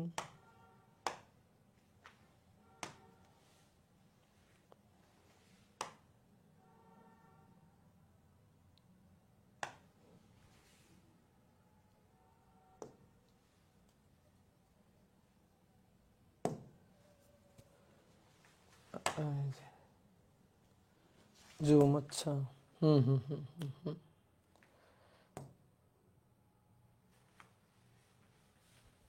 ডান। ও এই যে দেখো জুম করি, এইবার দেখো এই যে এ থেকে বি, দেখছো, দেখো এ থেকে বি, এই যে কাছাকাছি দুইটা বিন্দু, দেখো জুম করছি এ থেকে বি, তো এই যে জুম করে চিত্রটা দেখাইছি, এই কারণে তোমার মনে হচ্ছে এ থেকে বি অনেক দূরে, না, এ আর বি পরস্পরের খুবই কাছাকাছি, এ আর বি পরস্পরের খুবই কাছাকাছি, তাহলে পরস্পরের খুবই কাছাকাছি থাকলে এইখানে ত্বরণের ডিরেকশনটা কোন দিকে বলো, এই যে এ এটা, বি এইটা, তাহলে ত্বরণের ডিরেকশনটা কোন দিকে, ত্বরণের ডিরেকশন এই দিক বরাবর না, দেখো এই দিক বরাবর না, এই যে এদিক বরাবর না, তো সেটা কোন দিক বরাবর, কেন্দ্রের দিক বরাবর। এ আর এ থেকে বিতে যাইতে সময় লাগছে 0.0000001 সেকেন্ড, খুবই ক্ষুদ্র সময়, এ থেকে বিতে যাইতে যে সময়টা লাগছে সেটা খুবই ক্ষুদ্র সময়, তাহলে আসল ঘটনাটা হচ্ছে এইটা। তো এই কারণে আমরা এটা নিছি, মানে তোমার মনে হতে পারে ভাই এইখানে ত্বরণ আপনি বললেন কেন্দ্রের দিকে, এইখানে ত্বরণ কেন্দ্রের দিকে, এইখানে ত্বরণ কেন্দ্রের দিকে, এইখানে ত্বরণ কেন্দ্রের দিকে, এইখানে ত্বরণ কেন্দ্রের দিকে। এত ডাইভার্সিটি হওয়ার সুযোগ নাই, এত এত ভ্যারাইটি হওয়ার সুযোগ নাই, এখানে এত পরিবর্তন হওয়ার সুযোগ নাই। মানে এ আর বি এত দূরের দুইটা বিন্দু না, এইটা এ তো এইটা বি, জাস্ট খুবই কাছাকাছি দুইটা বিন্দু, খুবই কাছাকাছি দুইটা বিন্দু। তাহলে দুইটা বিন্দু খুবই কাছাকাছি নিয়েই কিন্তু হিসাবটা হচ্ছে। ওকে, তাহলে কেন্দ্রের দিকেই ত্বরণ আসলে, তাহলে কেন্দ্রের দিকে সেই ত্বরণটা বসালাম half AC t square. Okay, এবার আসো, এইবার হচ্ছে ম্যাথমেটিক্যাল হিসাব, জাস্ট লাইন বাই লাইন হিসাব। এবার just mathematical line by line হিসাব। দেখো তো এইখানে এখানে একটা পিথাগোরাস হয়েছে না, দেখো দেখো একটা সমকোণী ত্রিভুজ। তাহলে এই সমকোণী ত্রিভুজে দেখো আমরা লিখতে পারি কিনা, ওবি স্কয়ার এটা ইকুয়াল টু বিডি আর ওডি। তাহলে BD square plus OD square, OD square. বলো লিখতে পারি কিনা, বলো। তাহলে ওবি মানে ব্যাসার্ধ আর। এবার আসো বিডি স্কয়ার থাকুক। এবার আসো ওডি কি, ওডি মানে ও এ মাইনাস এডি, ও এ মাইনাস এডি তার স্কয়ার। তাহলে আর স্কয়ার বিডি এর ওই যে মান ভিটি তার স্কয়ার প্লাস ও এ মানে আর মাইনাস এডি মানে হাফ এসি টি স্কয়ার তার হোল স্কয়ার। বলো বুঝছো, মানগুলো বসাইছি খালি, মানগুলা বসাইলাম খালি। এবার r square equal to v square t square plus a minus b whole square, r square minus 2r into 1/2 AC t to the power 4, sorry t to the power 2, sorry t to the power 2। এবার plus 1/2 AC t square তার square, তাহলে একবার লিখে দিই 1/4 1/4 AC square t to the power 4 a minus b whole স্কয়ারের সূত্র। এবার আসো, এবার দুনিয়ায় সব কেটে যাবে, আর স্কয়ার কাটাকাটি কেবল শুরু, 2 কাটাকাটি ভ্যানিশ। এবার দেখো কাটে না কিন্তু গায়ের জোরে কাটা, কাটে না কিন্তু গায়ের জোরে কাটা, এইটা কাটা, ঠিক আছে, এটা কাটা। টি টু দি পাওয়ার 4 স্কয়ার কেন লিখছি, নাউজুবিল্লাহ, টি টু দি পাওয়ার 4 স্কয়ার কেন লিখছি, এটা তো টি to the power 4, T to the পাওয়ার কত 4, তাই না, টি স্কয়ার তার পাওয়ার 4। হ্যাঁ, এবার দেখো কাটে না কিন্তু তারপরও গায়ের জোরে এটা কেটে শূন্য, গায়ের জোরে। ভাই কেন আপনার গায়ে এত জোর, দেখো শোনো, এই দেখো এই যে টি না, এই টি হচ্ছে এ থেকে বি এর যাওয়ার সময় ব্যবধান, এই সময় ব্যবধানটা টেন্স টু 0, জিরোর খুবই কাছাকাছি। দেখো তো জিরোর খুবই কাছাকাছি যে মান, ধরো 0.02, তো তারা যদি বর্গ করা হয় তাহলে সে আরো জিরোর কাছে চলে যায়। বর্গ করলেও তাও মেনে নিতাম যে ভাই বর্গ করছি রাখলাম, ঠিক আছে, বর্গ করলে তাও মেনে নিতাম যে কিছু থাকলো, কিন্তু বর্গের আবার বর্গ আর আমরা মানে নেবো না, আর আমরা মেনে নিতে পারবো না, বর্গেরও আবার বর্গ করছি, তাহলে ওটা জিরো, ও কিছু কন্ট্রিবিউশন করবে না এই সমীকরণে, এই সমীকরণে এর কোনো মূল্য নেই, বাদ। কিছু আছে ধরো সামান্য 0.00000 কিছু আছে, কিন্তু ওগুলা এর সাথে যোগ হয়ে এমন কিছু বাড়াবেও না কমাবেও না, বাদ। তাহলে ওরে বাদ দিয়ে দিলাম। দেখো এবার v square t square minus b square t square minus r ac t square, এটা ইকুয়াল টু 0। তাহলে অতএব AC equal to v square t square divided by r t square কাটাকাটি বাদ, ভ্যানিশ করে দিলাম ওদের। তো ওদের যদি ভ্যানিশ করে দেওয়া যায় তাহলে অতএব AC equal to v square divided by r, এইটাই হচ্ছে আমাদের কাঙ্ক্ষিত কেন্দ্রমুখী ত্বরণ। এই বুঝলা? এবার এখান থেকে আরেকটা সূত্র আমরা আনবো, কারণ তুমি জানো যে ভি ইকুয়াল টু ওমেগা আর, মনে আছে V equal to omega r, গত ক্লাসে আমরা পাইছিলাম। তাহলে ভি এর জায়গায় ওমেগা আর বসাও, ওমেগা আর বসাও, omega square r square divided by নিচে আর। তাহলে অতএব AC equal to omega square r. এই আর একটা সূত্র। এবার আর একটা সূত্র দেখো, AC equal to v square by r, r equal to কি v by omega, r equal to, তাহলে v square r equal to v by omega, v by omega. তাহলে ওমেগা উপরে চলে গেল, অতএব AC equal to v omega. এইটা আর একটা সূত্র। তাহলে মোটামুটি আমরা কেন্দ্রমুখী ত্বরণের একটা প্যাকেজ সূত্র পাইলাম, AC equal to v square by r, omega square r. এই দুইটাই সবসময় বেশি ব্যবহৃত হয়, ওইটারে কেউ চেনেও না, কিন্তু তোমরা আমার স্টুডেন্ট, তোমরা অবশ্যই চিনবা যে ভি ওমেগা। এই যে এটা হচ্ছে আমাদের কাঙ্ক্ষিত সূত্র। বুঝতে পারছো? বুঝতে পারছো? এই যে AC equal to v square by r. দাদা বিডি আর এডিতে আরেকবার একটু বলেন, আরেকবার একটু বলবো। দেখো তো, এই আদিবেগটা হচ্ছে ইউ, আচ্ছা ইউ এর জায়গায় আমরা ভি চিন্তা করি, ধরো এটা ভি, তাহলে এটা এ ডি আর এটা বি। তা আমরা কি জানি, s equal to ut plus half at square. দেখো ত্বরণ দেখবা নিচের দিকে, এক্স অক্ষের দিকে কোনো ত্বরণ নেই, তাহলে অতএব আসো প্রথমে এডি বসাবো। তাহলে এডি দেখো আদিবেগ এক্স অক্ষের দিকে, তাহলে এই দিক বরাবর আদিবেগ কত, নিচের দিকে আদিবেগ কত, বলো বলো, তুমি বলো নিচের দিকে আদিবেগ কত, দ্রুত, কই কই কই কই, নিচের দিকে আদিবেগ কত?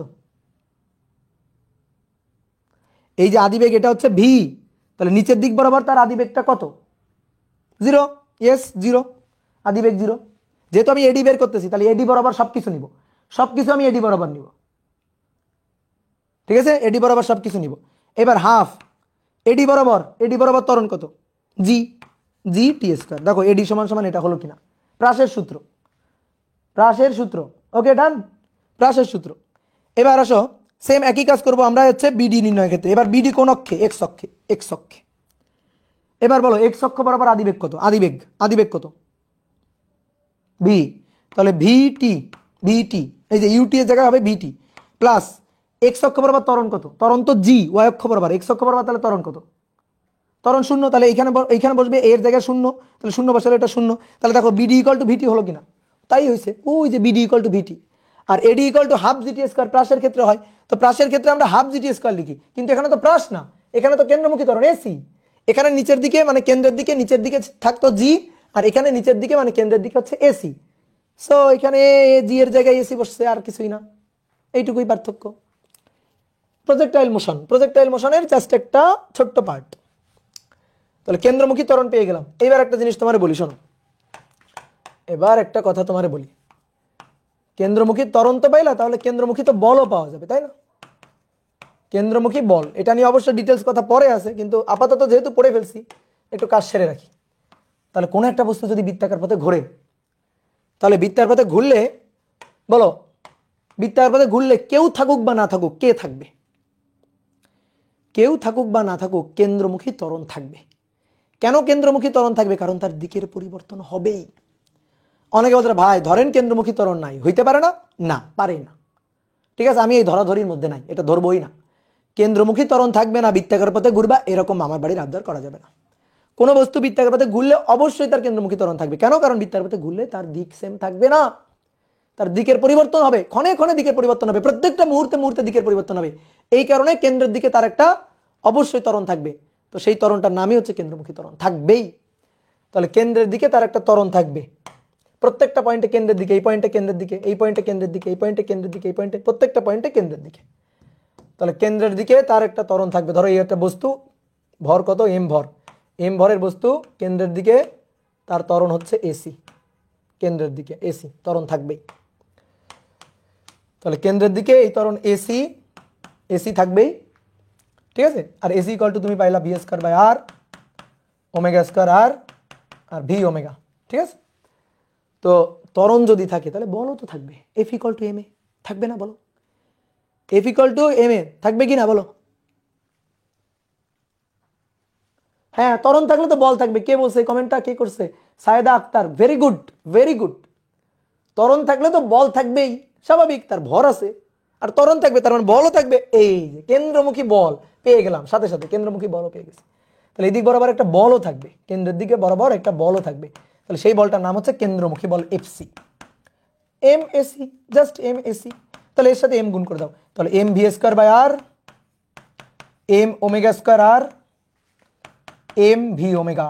এই কেন্দ্রমুখী ত্বরণ এবং কেন্দ্রমুখী বল প্যাকেজ, কেন্দ্রমুখী ত্বরণ আর কেন্দ্রমুখী বলের প্যাকেজ দিয়ে দিলাম তোমাকে। এইবার শোনো, তোমাকে একটু ফিল করাই, শোনো। একটা বস্তুকে যদি তোমার বৃত্তাকার পথে ঘুরাইতে হয় না, তাহলে ওকে বৃত্তার পথে ঘুরাইতে গেলে নর্মালি ধরো একটা বস্তু সোজা যাচ্ছে, চিন্তা করো, দেখো মজার ব্যাপারটা দেখো, খুবই মজা বাবা। একটা বস্তু সরল রৈখিক পথে এইভাবে যাচ্ছে, ধরো সরল রৈখিক পথে একটা বেগ নিয়ে ওরা যাচ্ছে এইভাবে। তো এখন তুমি চাও ও যেন বৃত্তার পথে ঘোরে, ওরা বৃত্তার পথে ঘুরাইতে হবে তোমার। তো ওরা যদি তুমি ডিস্টার্ব না করো, ওরা যদি তুমি ধাক্কা টাক্কা না দাও, তাহলে ও তো সোজা চলে যাবেই।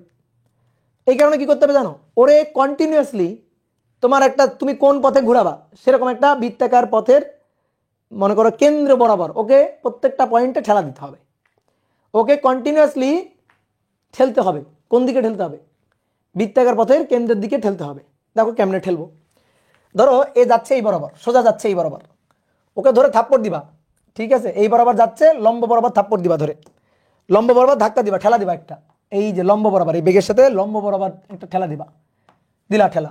তাহলে ঠেলা দিলে, লম্ব বরাবর ঠেলা দিলে ও সাথে সাথে এই বরাবর চলে আসবে? উত্তর হচ্ছে না, সাথে সাথে আসবে না, সাথে সাথে এই বরাবর যাবে না। কারণ কি, তার একটা গতি জড়তা ছিল এই বরাবর, এই বরাবর সে যাচ্ছিল। এখন এই বরাবর যাচ্ছিল, তুমি এই বরাবর ধাক্কা দিছো, লম্বভাবে নিচের দিকে ধাক্কা দিছো। তো তুমি যদি এই বেগের সাথে লম্বভাবে ধাক্কা দাও, তাহলে সে এইবার এই বরাবর যদি তুমি ধাক্কা দাও, এই বরাবর যদি তুমি ধাক্কা দাও, ধরো এই বরাবর ধাক্কা দিছো, এটা অন্য কালি দিয়ে দেখাই, এই বরাবর একটা ধাক্কা দিছো, তাহলে সে না যাবে এদিকে, না যাবে পুরোপুরি এদিকে, বুঝলা, না যাবে এদিকে, না যাবে পুরোপুরি এদিকে। তাহলে কি হবে, তাহলে হবেটা কি, হবেটা হচ্ছে এই দুইটার লব্ধি নিয়ে ধরো মাঝামাঝি দিকে কোনো একটা দিকে যাবে, এই দুইটার লব্ধি নিয়ে ধরো মাঝামাঝি দিকে কোনো একটা দিকে যাবে সে, সেই বরাবর যাবে, তাই না? হ্যাঁ, তাহলে ধরো এই বরাবর গেল, এই বরাবর গিয়ে একটু পরে সে এখানে পৌঁছাইলো, একটু পরে পৌঁছাইলো কোথায়, এখানে। এবার দেখো, ওরা তো তুমি চাও যে বৃত্তার পথে ঘুরাইতে হবে, তুমি কি চাও, ও যেন বৃত্তার পথে ঘোরে, এটাই তো তুমি চাও। তাহলে বৃত্তার পথে ঘুরাইতে গেলে ওরা কি করতে হবে, সবসময় কেন্দ্রের দিকে ঠেলতে হবে।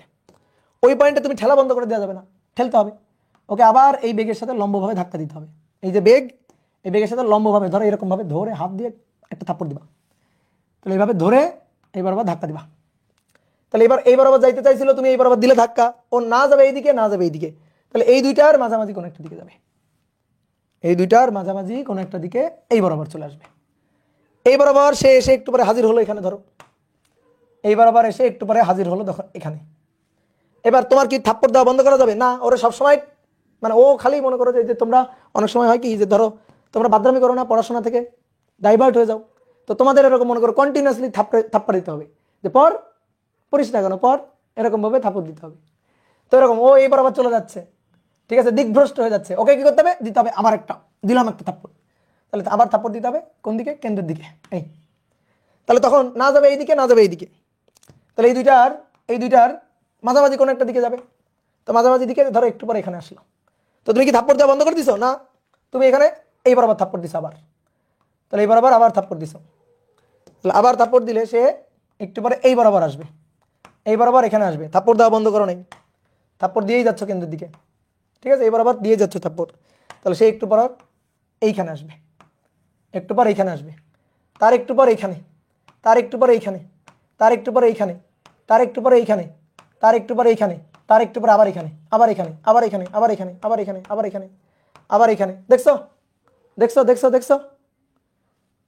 তাহলে এরকম ভাবে কন্টিনিউয়াসলি যদি ওরে কেন্দ্রের দিকে ঠেলা হয়, একটা বল দিয়ে যদি ওরে কন্টিনিউয়াসলি কেন্দ্রের দিকে ঠেলা হয়, দেখো ও সবসময় পড়াশোনার মধ্যেই থাকবে আর কি, কখনো মনে করো বাদরামি করার সুযোগ পাবে না।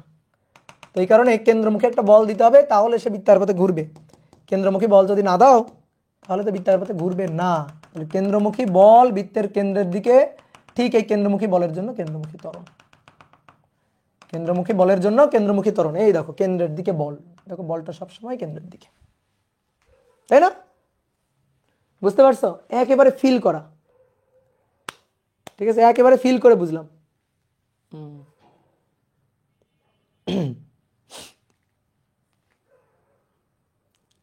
ভাইয়া ড্রয়িং এর জন্য একটা কোচিং সেন্টার খুলবো, মার দিব তোমারে। হ্যাঁ, তাহলে তোমাদের কি করতে হবে, তোমাদের মনে করো তোমরা পড়াশোনা থেকে মাঝে মাঝে দূরে সরে যাও না, এরা যেমন বৃত্তাকার পথে ঘোরানোর জন্য আমি কন্টিনিউয়াসলি থাপড়াইছি ধরা, তোমাদেরকেও এরকম কন্টিনিউয়াসলি ধরে মার দিতে হবে, বুঝলা? তাহলে একেবারে পড়াশোনার মধ্যে থাকবে, যে ওই যে তোর পড়াশোনা, এইটা হচ্ছে তোর সেন্টার, এটা হচ্ছে তোর লক্ষ্য, এই লক্ষ্য থেকে চ্যুত হইলেই তোর মায়ের হবে, বুঝলা?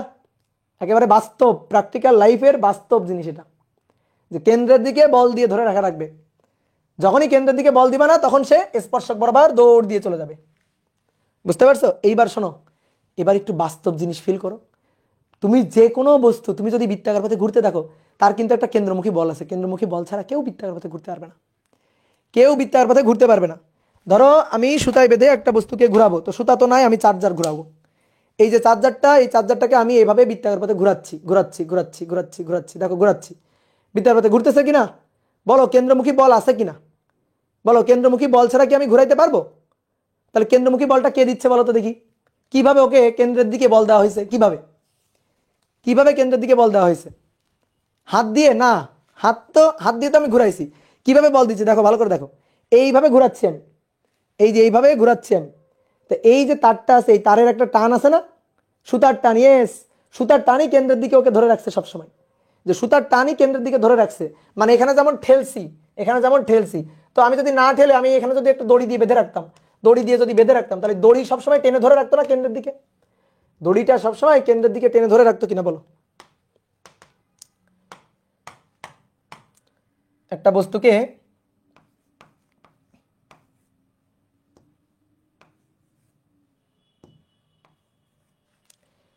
ধরো, একটা বস্তুকে দড়িতে বেঁধে ঘোরানো হচ্ছে, এইভাবে তুমি ঘোরাচ্ছ, এই, তাহলে প্রত্যেকটা পয়েন্টে দেখো, প্রত্যেকটা পয়েন্টে এই দড়ির টানই ওকে কেন্দ্রের দিকে বলের যোগান দিয়ে ধরে রাখছে, এই দড়ির টানই ওকে কেন্দ্রের দিকে বলের যোগান দিয়ে ধরে রাখছে প্রত্যেকটা পয়েন্টে, ঠিক আছে? এই যে আমরা বললাম না ঠেলতে হবে ওকে, এই ঠেলার কাজটা করতেছে এবার এই দড়ির টান। এখন অনেকগুলো বস্তু না, একটা বস্তু ঘুরতেছে, তার বিভিন্ন পজিশন আমি দেখাচ্ছি, বিভিন্ন পজিশনটা দেখাচ্ছি, বুঝলা? এইভাবে টেনে ধরে রাখা হয়েছে। ঠিক তেমনি বলো তো, পৃথিবী সূর্যের চারপাশে ঘুরতেছে, বলো ঘুরতেছে কিনা? Yes or no?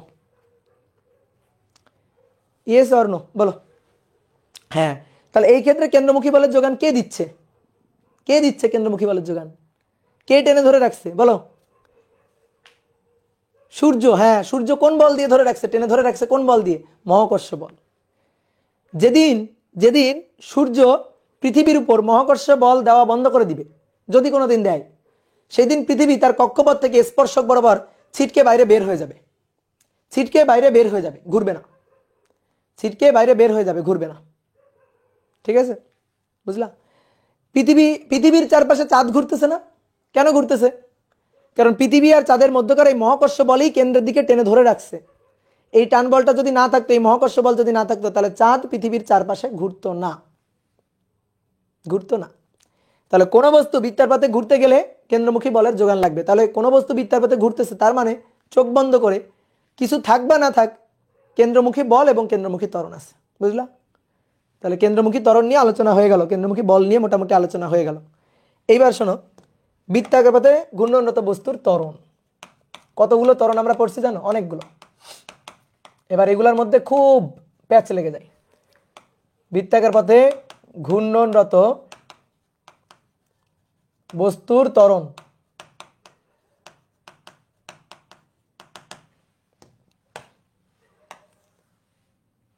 বৃত্তাকার পথে বস্তু যদি ঘোরে, তাহলে তার টোটাল ত্বরণ থাকে 4টা। আর যদি বলি কয় ধরনের ত্বরণ থাকে, তাহলে 2 ধরনের, 2 ধরনের ত্বরণ থাকে, কিন্তু টোটাল ত্বরণ থাকে 4টা। প্রথমে আসো রৈখিক ত্বরণ। রৈখিক ত্বরণ বলতো, কেন্দ্রমুখী ত্বরণ এটা রৈখিক ত্বরণ না কৌণিক ত্বরণ? দেখি বলতো।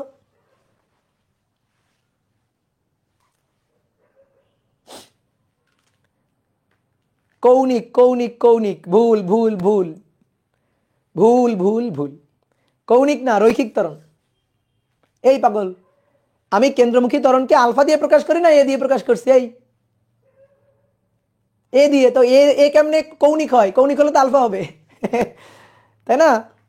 এ দিয়ে প্রকাশ করছি, তো এ কেমনে কৌণিক হয়? এ কি রৈখিক। হ্যাঁ দেখছো, ভুলে গেছে। তাহলে আসো এবার শোনো, বৃত্তার পথে বস্তু যদি ঘোরে তাহলে তার দুই ধরনের ত্বরণ থাকে, রৈখিক ত্বরণ এবং কৌণিক ত্বরণ। রৈখিক ত্বরণ এবং কৌণিক ত্বরণ, দুই ধরনের ত্বরণ থাকে।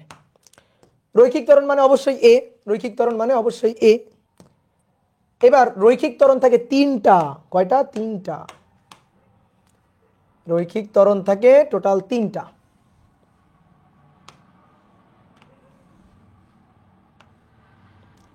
প্রথমটা আসো, প্রথমটা হচ্ছে স্পর্শী ত্বরণ।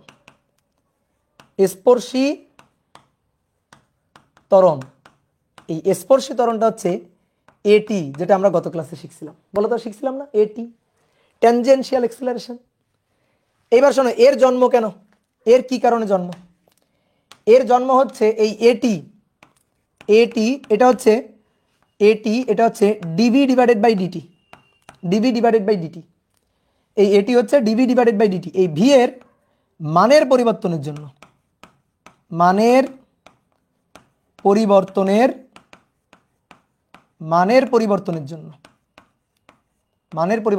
এর জন্ম। তাহলে বেগ, রৈখিক বেগের মানের পরিবর্তনের কারণে এর জন্ম। রৈখিক বেগের মানের পরিবর্তনের কারণে এর জন্ম। মানের পরিবর্তনের জন্য এর জন্ম, এর সৃষ্টি। তাহলে ধরো কোন একটা বস্তু বৃত্তাকার পথে ঘুরছে, এই যে কোন একটা বস্তু বৃত্তাকার পথে ঘুরছে, তো এই বৃত্তাকার পথে ঘুরলে মানের পরিবর্তন হওয়ার কারণে, বেগের মানের পরিবর্তন হওয়ার কারণে, তার যে ত্বরণ, মানের পরিবর্তন হওয়ার কারণে, তো বেগের দেখো, বেগের মানের পরিবর্তন হওয়ার কারণে গত ক্লাসে আমরা বের করছিলাম যে বেগের মানের পরিবর্তন হওয়ার কারণে যে ত্বরণটা, সেই ত্বরণটা হচ্ছে এটি। আর এই এটি ইকুয়াল টু হিসাব নিকাশ করলে আমরা পাই, আমরা গত ক্লাসে হিসাব করছি, আমি আরেকবার একটু দেখাচ্ছি। ডিডিটি ভি, আর v equal to omega r. D dt v, এই যে ভি, আর v equal to omega r. গত ক্লাসে আমি কিন্তু দেখাইছি এটা। তাহলে ওমেগা আর গেল বাইরে, আর d omega dt that is alpha. তাহলে আর আলফা, তাই না? গত ক্লাসে দেখাইছি। তাহলে এটি ইকুয়াল টু কি? আর আলফা। আলফা কি? আলফা হচ্ছে কৌণিক ত্বরণ। তাহলে এটি হচ্ছে স্পর্শী ত্বরণ, বুঝলা? স্পর্শী ত্বরণ স্পর্শক বরাবর, বৃত্তপথের স্পর্শক বরাবর থাকবে। এটি হচ্ছে স্পর্শী ত্বরণ আর আলফা। এইবার শোনো, বৃত্তাকারতে বস্তু যদি ঘোরে তাহলে তার এই যে বেগ, এই বেগের মান থাকে, ভি এর মান থাকে আর দিক থাকে। তাহলে মানের পরিবর্তনের কারণে যে ত্বরণের জন্ম সেটা হচ্ছে এটি। এবার আসো দিকের পরিবর্তনের কারণে যে ত্বরণের জন্ম, এই যে আজকে পড়লাম যে, কি বুঝতে পারছো? হিন্টস পাইছো? দিকের পরিবর্তনের কারণে যে ত্বরণের জন্ম তার নাম হচ্ছে কেন্দ্রমুখী ত্বরণ। তার নাম কেন্দ্রমুখী ত্বরণ। কি দিয়ে প্রকাশ করব? এসি। এসি দিয়ে প্রকাশ করব, এসি দিয়ে প্রকাশ করব। তো এর সৃষ্টি কেন? কেন এর সৃষ্টি? এর সৃষ্টি কেন বলো? রৈখিক বেগের, ভি এর রৈখিক বেগের দিকের পরিবর্তনের জন্য এর জন্ম। দিকের পরিবর্তনের জন্য, দিকের পরিবর্তনের জন্য এর সৃষ্টি। ঠিক আছে? থাপড়ানোর জন্য, ইয়েস, থাপড়ানোর জন্য। এই তো বুঝে গেছে। তাহলে বলতো, বলো তো, এই যে বৃত্তার পথে ঘুরছে বস্তু, বৃত্তার পথে ঘুরছে, তাহলে এবার কেন্দ্রের দিকে তার এই যে ত্বরণটা এসি, কেন্দ্রের দিকে এই ত্বরণটা হচ্ছে এসি। বলো, তাহলে কেন্দ্রের দিকে থাকবে এসি। এসি ইকুয়াল টু কি হবে? ভি স্কোয়ার বাই আর অথবা ওমেগা স্কোয়ার আর। আমরা এই দুইটাই বেশি ব্যবহার করি আর কি। তাহলে এবার আসো লাস্ট ওয়ান। আচ্ছা তুমি বলো তো, তাহলে কেন্দ্রমুখী রৈখিক ত্বরণ কয়টা পাইলা আপাতত? বলো কয়টা পাইলা? দুইটা, একটা এটি আর একটা এসি। দুটোই তো রৈখিক ত্বরণ। এ দিয়ে প্রকাশ করছি। বলো এর একক কি? এটি এর একক কি? Metre per second square, metre per second square. ঠিক আছে, কেন্দ্র বিমুখী, বিমুখী কি আবার? বিমুখী তো তোমার কাছে আমি প্রথম শুনলাম, আমি বিমুখী চিনি না, বিমুখী জানি না। যে কেন্দ্র বিমুখী বলছো সে তাড়াতাড়ি মুখ বন্ধ করে ফেলো। কেন্দ্র বিমুখী পরে, আপাতত কেন্দ্রমুখী, যা শিখাইছি যতটুকু শিখাইছি ততটুকু। কেন্দ্র বিমুখী বলে কিছু নেই, কেন্দ্র বিমুখী পরে। তাহলে আমরা কি জানলাম? একটা জানলাম এটি আর একটা জানলাম এসি, দুটোই রৈখিক, দুটার ত্বরণের একক কি? Metre per second square. A দিয়ে প্রকাশ করছি, হ্যাঁ এ দিয়ে প্রকাশ করছি। আচ্ছা আমি যদি তোমাকে এবার জিজ্ঞেস করি আচ্ছা তাহলে রৈখিক ত্বরণ কত, তো তুমি তো তখন কনফিউজড হয়ে যাবা, ভাই রৈখিক ত্বরণ তো দুইটা, একটা হচ্ছে এটি আর একটা হচ্ছে এসি, তো কোনটা আপনি চাচ্ছেন? আমি বলছি আমি রৈখিক ত্বরণই চাচ্ছি। তাহলে তুমি বলো তো কি করবা? বলো বলো বলো কি করবা? তাহলে এই বস্তুর একসাথে দুইটা ত্বরণ, একসাথে দুইটা ত্বরণ, দুইটা রৈখিক ত্বরণ, একটা এসি আর একটা এটি, তো দুইটাই তো রৈখিক ত্বরণ, তাহলে আমি লব্ধি বলবো। কি বলবো? লব্ধি। তো লব্ধিটাকে বলা হচ্ছে নিট রৈখিক ত্বরণ, নিট রৈখিক ত্বরণ। তাহলে রৈখিক ত্বরণ আলটিমেটলি তিনটাই পাইলাম আমরা, নিট রৈখিক ত্বরণ। এটাকে প্রকাশ করব ই নিট দিয়ে, ই নিট। তাহলে ধরো বস্তু বৃত্তাকার পথে ঘুরছে, এই একটা ত্বরণ এসি কেন্দ্রের দিকে, আর একটা ত্বরণ এটি স্পর্শক বরাবর। তাহলে এই দুইটার লব্ধি, এই দুইটার লব্ধি কেন্দ্রের দিকে, এই দুইটার লব্ধি, এরা পরস্পর কিন্তু 90 ডিগ্রি কোণে থাকবে। এসি এবং এটি এর মধ্যবর্তী কোণ কত? অনেক সময় পরীক্ষা আসে এসি এবং এটি, স্পর্শী ত্বরণ এবং কেন্দ্রমুখী ত্বরণের মধ্যবর্তী কোণ কত? 90 ডিগ্রি।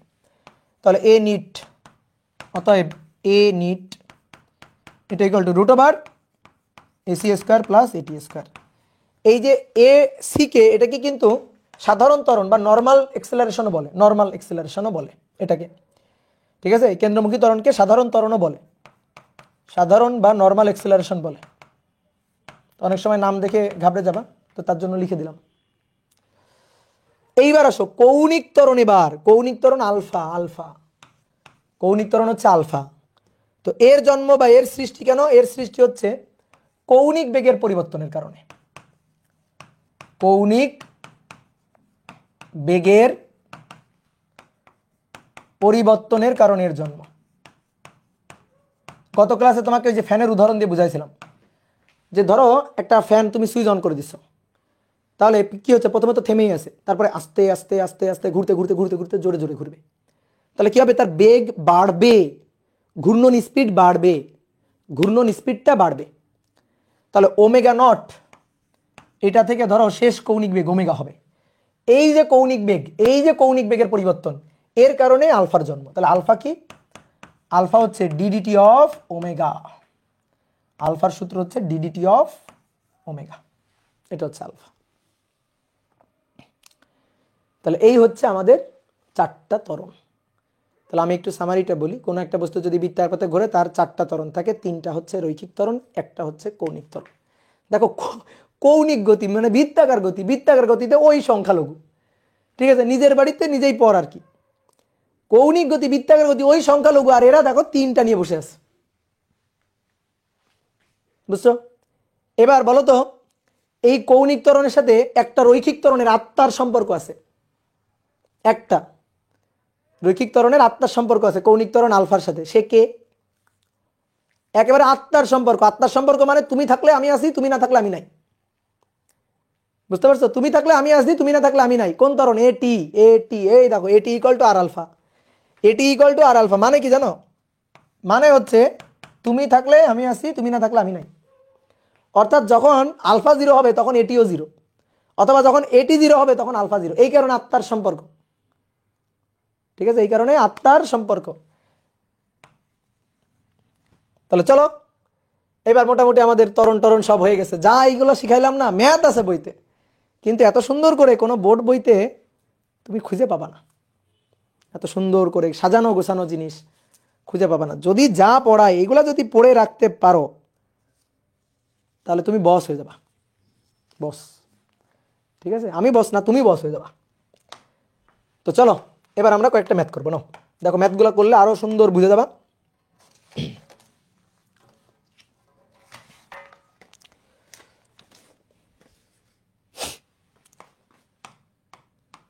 1 নম্বর, বৃত্তাকার পথে ঘূর্ণনরত কোনো বস্তুর বেগ, ঘূর্ণনরত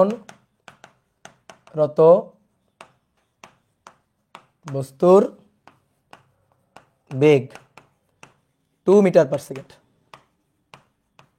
এবং ব্যাসার্ধ 2 মিটার, ব্যাসার্ধ 2 মিটার। সবগুলো ত্বরণ নির্ণয় করো। সবগুলো ত্বরণ নির্ণয় করো। সবগুলো ত্বরণ নির্ণয় করো। সবগুলো ত্বরণ মানে কেন্দ্রমুখী ত্বরণ, স্পর্শী ত্বরণ, নিট ত্বরণ, কৌণিক ত্বরণ, সব। তাহলে একটা বস্তু বৃত্তাকার পথে ঘুরছে, ভালো কথা। তো বৃত্তাকার পথে যে ঘুরছে তার ভি এর মানটা দেওয়া আছে। ভি হচ্ছে 2 মিটার পার সেকেন্ড। বলো এটা কি চেঞ্জ হচ্ছে? এটা কি চেঞ্জ হচ্ছে? বলো। সব সময় বেগ 2 metre per second, 2 metre per second, 2 metre per second, 2 metre per second এইভাবে ঘুরছে। তাহলে এটি 0, এটি মানের পরিবর্তনের জন্য এর জন্ম। এটি স্পর্শী ত্বরণ, তাহলে স্পর্শী ত্বরণের মান ট্যানজেনশিয়াল অ্যাক্সেলারেশন মান 0, বাট এসি কিন্তু আছে। এসি কি ভি স্কয়ার বাই আর। তো এটা ভি এর মান মুখে মুখে, এটা MCQ type math. V square 2 square, ব্যাসার্ধ আর 2 মিটার, ঠিক আছে। নিট ত্বরণ পাবো। আর আত্মার সম্পর্ক এর সাথে, এটি এর সাথে আত্মার সম্পর্ক আলফার। আলফা কত? আলফা কৌণিক ত্বরণ কত? কৌণিক ত্বরণে 0। দেখো দেখো একটা জিনিস খেয়াল করো। দেখো এইভাবে ঘুরতেছে, আমার হাতের দিকে তাকাও, 2 মিটার পার সেকেন্ড বেগে এভাবে ঘুরছে। দেখো একই স্পিড, একই স্পিডে ঘুরছে। তো একই স্পিডে ঘুরলে ঘূর্ণন সংখ্যাও তো বাড়ছে না। মনে করো একটা নির্দিষ্ট সময় ঘূর্ণন সংখ্যাও তো একই। তাহলে যেহেতু এটি 0, সেহেতু আলফাও তো 0। যদি এটি বাড়তো আলফাও বাড়তো, এটি কমতো আলফা কমতো, বুঝলা? তাহলে এক এক করে প্রথমে স্পর্শী ত্বরণ এটি। তো এটি হচ্ছে দিকের মানের পরিবর্তনের কারণে, মানের কোনো পরিবর্তন হচ্ছে না, কিন্তু সেটা আমরা ম্যাথমেটিক্যালি করেই দেখাবো। DDT V, DDT V, V হচ্ছে 2 না 2, হ্যাঁ 2। তাহলে হিসাব করলে 0। যখন এটি হিসাব করে ফেলবা সাথে সাথে আলফা হিসাব করে ফেলবা। এটি ইকুয়াল টু আর আলফা। তাহলে এটি এর মান 0, আর এর মান ব্যাসার্ধ, বৃত্তাকার পথের ব্যাসার্ধ 2 মিটার। তাহলে আর এর মান 2 গুণ আলফা, অতএব আলফা ইকুয়াল টু 0। ওকে, এবার তারপরে হিসাব করবা কি? এসি, কেন্দ্রমুখী ত্বরণ, ভি স্কয়ার বাই আর। কেন্দ্রমুখী ত্বরণ চোখ বন্ধ করে থাকবে বৃত্তাকার পথে। যদি কখনো ভেসে আসে তোমার কানে, জাস্ট তুমি এটুকু শুনছো বৃত্তাকার পথে ঘুরছে, তাহলে তুমি চিৎকার করে বলবা বৃত্তাকার পথে ঘুরছে, তার মানে কেন্দ্রমুখী ত্বরণ আছে। ঠিক আছে, কেন্দ্রমুখী ত্বরণ আছে। তাহলে কেন্দ্রমুখী ত্বরণ ac v square by r, v এর মান আর এর মান, মানে ইজির একটা লিমিট থাকে। ঠিক আছে, এটা হচ্ছে ইজিরও ইজি। তাহলে 2 স্কয়ার ডিভাইডেড বাই আর এর মান 2, তো 2 metre per second, metre per second কিন্তু। তাহলে আর কোনো ত্বরণ আছে? হ্যাঁ, আরেকটা ত্বরণ আছে, নিট, নিট ত্বরণ আছে। তো নিট ত্বরণ দেখো, নিট ত্বরণ হচ্ছে এই দুইটার লব্ধি। তো এ যদি 0 হয় তাহলে লব্ধিতে এরই মান হবে। ঠিক আছে,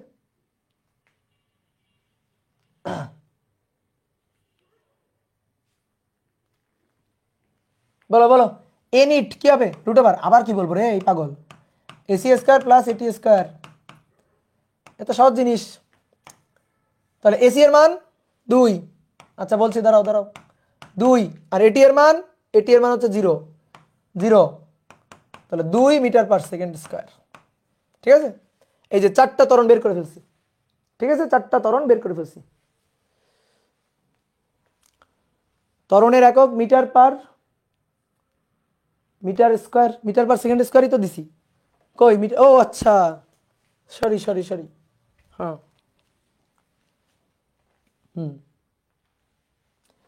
এবার আসো, দেখো যারা বুঝো নাই, তারা লাইন আসো। দেখো কোনো বস্তু বৃত্তাকার পথে ঘুরছে, তো বৃত্তাকার পথে ঘূর্ণনরত বস্তুর, বৃত্তাকার পথে ঘূর্ণনরত বস্তুর বেগ v, v equal to 2t, বৃত্তাকার পথের ব্যাসার্ধ 2 মিটার, বৃত্তার পথের ব্যাসার্ধ 2 মিটার, তাহলে 2 সেকেন্ডে টি ইকুয়াল টু 2 সেকেন্ড, মানে ঘুরতে ঘুরতে টি ইকুয়াল টু যখন 2 সেকেন্ড, তখন সবগুলো ত্বরণ নির্ণয় করো, সবগুলো ত্বরণ নির্ণয় করো।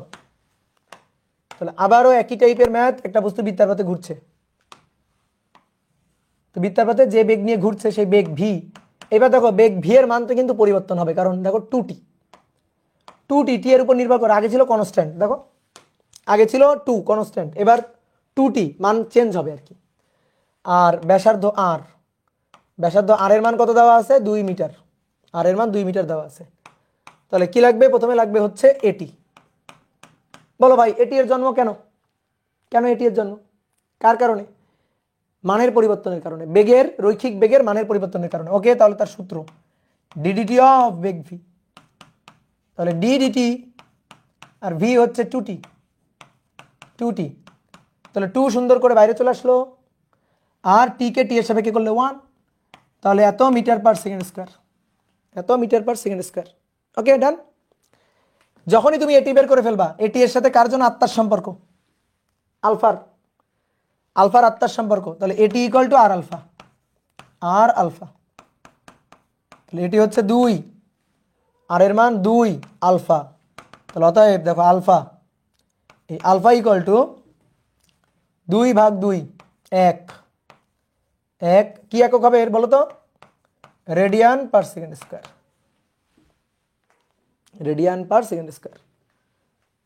ওকে, এবার কি লাগবে? AC, AC, AC equal to সূত্র কি? এসি ইকুয়াল টু সূত্র v square by r omega square r, তুমি যেটা খুশি সেটা খাটাইতে পারো, কোনো সমস্যা নেই। ভি স্কয়ার বাই আর, তো ভি এর মান কত? ওই যে 2t, ভি এর মান হচ্ছে 2t, তার স্কয়ার ডিভাইডেড বাই আর, আর এর মান কত? আর এর মান 2, আর এর মান 2। এবার দেখো এসি এর মান কিন্তু ফিক্স না, টি এর উপর নির্ভর করে। তাহলে প্রশ্নটা আরেকবার পড়ো, প্রশ্নটা আরেকবার পড়ো। কয় সেকেন্ড সময়ে? টি কত, টি টি কততে? 2 সেকেন্ডে। অনেকে বলতে ভাই এগুলা করার সময় যে টি এর মান লাগলো না, টি এর মান লাগে নাই কারণ কনস্ট্যান্ট, তাই লাগে নাই। এ টি এর মান কনস্ট্যান্ট, তাই লাগে নাই। এই এ আলফার মানটা কনস্ট্যান্ট, তাই লাগে নাই। কিন্তু এর মান তো কনস্ট্যান্ট না, এর মান তো টি এর উপর নির্ভর করছে। অবশ্যই নির্ভর করে, দেখো ঘুরতেছে, তো ঘুরতে ঘুরতে বেগ হচ্ছে 2t, বিভিন্ন পয়েন্টে বেগের বিভিন্ন মান হবে, তো প্রত্যেকটা পয়েন্টে v square by r, v এর মান যদি চেঞ্জ হয় তো ভি স্কয়ার বাই আরও তো চেঞ্জ হবে, এটা তো চেঞ্জ হবেই। ফিল করো, দেখো এটা চেঞ্জ হবেই, টি এর উপর নির্ভর করবে। তাহলে 2 × 2, তারপরে নিচে 2, উপরে স্কয়ার, তাহলে 2 × 4, 4 × 4 16/2, 8 একক মিটার পার সেকেন্ড স্কয়ার। আর নিট, ঠিক আছে এটা 3 নম্বর, 4 নম্বর নিট, এ নিট, এ নিট হবে এসি আর এটি এর লব্ধি, এসি আর এটি এর লব্ধি, তাহলে AC square plus at square, ঠিক আছে। তো এসি এর মান কত? 8, আর এটি এর মান কত? 2, তো মান বসাও, মান বসাইলে কাজ শেষ। 8 × 8 = 64 আর 4, 64 + 4 68, রুট অ্যান্সার 2√17 একক মিটার পার সেকেন্ড স্কয়ার। এই হচ্ছে কাহিনী।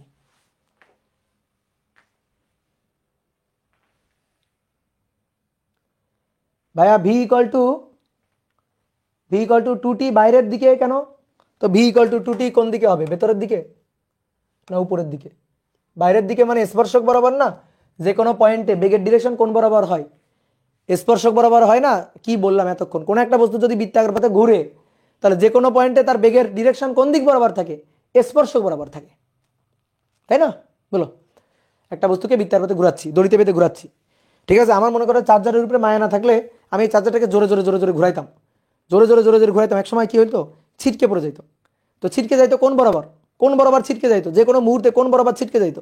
স্পর্শক বরাবর, এই বৃত্তপথের স্পর্শক বরাবর। এটা কেন্দ্র বিমুখী না? এই পাগল, কেন্দ্র বিমুখী তুমি কোথায় শুনছো? আমি তোমারে কেন্দ্র বিমুখী বলছি? বলো, আমি তোমারে কোনোদিন কেন্দ্র বিমুখী বলছি? কেন্দ্র বিমুখী কিভাবে? কেন্দ্র বিমুখী এটা এভাবে ঘুরবে, কোন বস্তু যদি এভাবে ঘোরে তাহলে স্পর্শক বরাবর ছিটকে চলে যাবে, এটা স্পর্শক বরাবর ছিটকে চলে যাবে, তাই তো? স্পর্শক বরাবর ছিটকে চলে যাবে। তাহলে স্পর্শক বরাবর ছিটকে চলে যাবে, দিকটা বেগের দিকটা থাকবে স্পর্শক বরাবর, বেগের দিক থাকবে স্পর্শক বরাবর। কেন্দ্র বিমুখী আমি বলছি কখনো? বলি নাই। তাহলে আমি যদি বলি নাই তুমি চুপ থাকো, আমি যদি না বলি তুমি চুপ থাকো। ধরো ওই যে কলেজের টিচারদের মুখে বা কোনো একটা জায়গায় হয়তো হালকার উপর ঝাপসা কেন্দ্র বিমুখী শুনে আসছো, শুনে এসে তুমি বলতেছো এখন, বাট এর তো তোমার গভীর নলেজ নাই। তাহলে আপাতত চুপ থাকো। আপাতত যা শিখাইছি তাই। কেন্দ্র কোন একটা বস্তুকে বৃত্তার পথে ঘুরাইতে গেলে কি লাগে? কেন্দ্রের দিকে বল লাগে। আমি তো তোমার দেখালাম, থাপড়ানো লাগে ধরে, তাই না? আমি তো তোমার দেখালাম। কি ক্লিয়ার?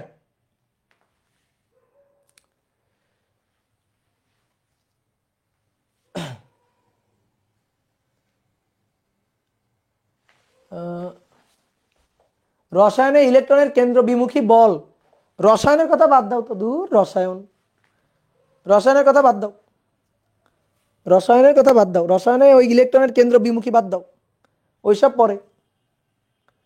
ঠিক আছে, পরমাণু মডেল আপাতত বুট করে রেখে দাও। ঠিক আছে, ওটা বাদ।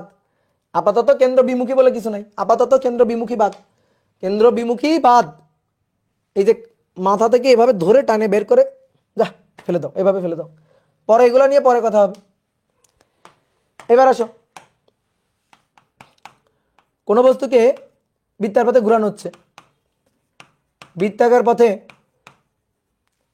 বৃত্তার পথে তার বেগ, বৃত্তাকার পথে তার বেগ v, v equal to 2t cube, ব্যাসার্ধ, ব্যাসার্ধ 2 মিটার। তাহলে বলা হচ্ছে টি ইকুয়াল টু 2 সেকেন্ডে, টি ইকুয়াল টু 2 সেকেন্ডে সবগুলো ত্বরণ নির্ণয় করো। ঠিক আছে, সবগুলো ত্বরণ নির্ণয় করো। ও দেখো তোমাদের এখানে এখানে একটা জিনিস নির্ণয় করতে ভুলে গেছি, মানে এটা আমি আরেকটা ভাবে একটু একটা জিনিস দেখাইতে চাইছিলাম। এখানে আমরা আলফাটা বের করব, আরেকটা ভাবে আলফাটা বের করা যায়। কিভাবে আলফাটা বের করা যায় দেখো, আমি তোমার এখানে দেখাই। ওমেগা নট আদি বেগ বের করব শুরুতে, ওমেগা নট। তো ভাই v equal to omega r, তো omega equal to v by r, omega equal to হবে ভি বাই আর। তো ভি এর মান কত? 2t ডিভাইডেড বাই আর এর মান কত? আর এর মান হচ্ছে 2। এবার একেবারে আদিতে, তো আদিতে টি এর মান তো 0, তাহলে 2 ইন্টু 0 ডিভাইডেড বাই 2, তার মানে 0 আর কি। এটা ওমেগা নট। দেখি তো ওমেগা কত? ওমেগা কয় সেকেন্ড পর? 2 সেকেন্ড পর ওমেগা। তো ওমেগা ইকুয়াল টু কি? V by r. তো v equal to 2t, V equal to 2t, তাহলে 2 ইন্টু টি এর মান 0 বসাইলে ওমেগা নট পাইলাম। এবার টি এর মান 2 বসাবো, তাহলে 2 গুণ 2 ডিভাইডেড বাই 2, 2 2 কাটাকাটি 2 ওমেগা। এবার দেখো তো ত্বরণের যে সূত্র, আলফার যে সূত্র, এই এরকম একটা সূত্র আছে না, omega equal to omega not plus alpha t, alpha t আছে কিনা? এবার ওমেগার মান 2, ওমেগা নটের মান 0, আলফার মান বের করতে চাই টি এর মান 2 সেকেন্ড পরে। তাহলে অতএব আলফা ইকুয়াল টু কত? আলফা ইকুয়াল টু 2 ভাগ 2, 2 ভাগ 2, 2 ভাগ 2, 1 রেডিয়ান পার সেকেন্ড স্কয়ার। আমি একটা প্রশ্ন করবো একটু পরে, দেখি কে উত্তর দিতে পারে, ভালো করে দেখিও। তাহলে দেখো এইভাবে এই সূত্র দিয়ে বের করলাম, মান পাইলাম আলফার মান 1, ঠিক আছে। আবার এইভাবে বের করলাম, আলফার মান পাইলাম 1, ঠিক আছে, আলফার মান পাইলাম 1। বলো বুঝলা কিনা? ওকে, এবার আমি একটু পরে কিন্তু একটা প্রশ্ন জিজ্ঞেস করব, উত্তর দিবা কিন্তু। এবার একটা বস্তু বৃত্তার পথে ঘুরছে, তাহলে বলো কোনো পয়েন্টে তার বেগের ডিরেকশন স্পর্শক বরাবর, তো সেই বেগ ভি ইকুয়াল টু কত? 2t cube. এবার আর ব্যাসার্ধ আর ইকুয়াল টু 2 মিটার। তাহলে 1 নম্বর আসো, এটি, এটি এর জন্ম কেন? মানের পরিবর্তনের জন্য। তাহলে ডিডিটি অফ বেগ ভি, তো DDT of beg v, V হচ্ছে 2t কিউব, 2t কিউব। তাহলে 2 গেল বাইরে, টি কিউব, তাহলে 3t স্কয়ার, দেখো, তাই না? এইবার তুমি কয় সেকেন্ড পর বের করতে চাও? টি ইকুয়াল টু 2 সেকেন্ড পর, তাহলে 2 সেকেন্ড পর, তাহলে এটি 2 সেকেন্ড পরে, 2 সেকেন্ডে, তাহলে 3 দুগুণে 6, টি স্কয়ার, 2 স্কয়ার, ঠিক আছে। তাহলে কত? 24, yes 24 metre per second square. বলো এটি এর সাথে আত্মার সম্পর্ক কার? আলফার। তাহলে চট জলদি করে আলফাটাও বের করে নিব। আলফা তাহলে at equal to r alpha, r alpha এটি এর মান 24, আর এর মান 2, আলফা হচ্ছে 12 রেডিয়ান পার সেকেন্ড স্কয়ার। ওকে, 12 রেডিয়ান পার সেকেন্ড স্কয়ার, বুঝছো? এইবার দেখো তো আলফাটা আমি এভাবে বের করতে পারি না, আগে যেভাবে বের করলাম একটু আগে, যে আমরা ওমেগা লিখতে চাই, v equal to omega, omega equal to v by r. তো ভি কত? ভি হচ্ছে 2t কিউব, তো 2t কিউব ডিভাইডেড বাই নিচে আর, আর এর মান 2, 2 2 কাটাকাটি গেল টি কিউব, ঠিক আছে? এটা হচ্ছে ওমেগা। তো এবার ওমেগা নট হচ্ছে 0 কিউব মানে 0, আর ওমেগা হচ্ছে কয় সেকেন্ড পরে? 2 সেকেন্ড পরে, তাহলে 2 কিউব, 2 কিউব মানে 8, 2 গুণ 2 গুণ 2 8।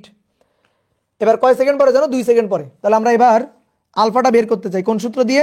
Omega equal to omega not plus alpha t, অথবা এখান থেকে কিন্তু লেখা যায় alpha equal to omega minus omega naught divided by t. Alpha equal to omega minus omega naught divided by t, বুঝলা? তাহলে ওমেগা কত? ওমেগা হচ্ছে 8, ওমেগা নট কত? ওমেগা নট হচ্ছে 0, ডিভাইডেড বাই টি কত? কয় সেকেন্ড পরে? 2 সেকেন্ড পরে, 2, তাহলে 4 radian per second square, radian per second square. দেখো মিলে গেছে, এই দেখো 12 আর 4 মিলে গেছে, বলো 12 আর 4 মিলে গেছে? না মেলে নাই। প্রশ্ন হচ্ছে কোনটা ঠিক আর কোনটা ভুল, আর কেন দুইটা মেলে নাই, বলো? এটা হচ্ছে প্রশ্ন। দেখি আমি কমেন্ট দেখব কে উত্তর দিতে পারে, ওই ব্যাপে দেখব। দুইটাই ভুল, আচ্ছা গুড, দেন পাইলাম মনে হয় পাইছি, দেখি। Badsha Mallik, you are the winner. Badsha Mallik, you are the winner. তোমার বিকাশ নাম্বারটা সেন্ড করো দেখি, তোমার কোনো বিকাশ নাম্বার থাকলে সেন্ড করো, তোমার জন্য একটা গিফট পাঠাই দিব আমি, bKash gift. Badsha Mallik, okay good, very good. এই দুটো নাম্বার দিছে কেন?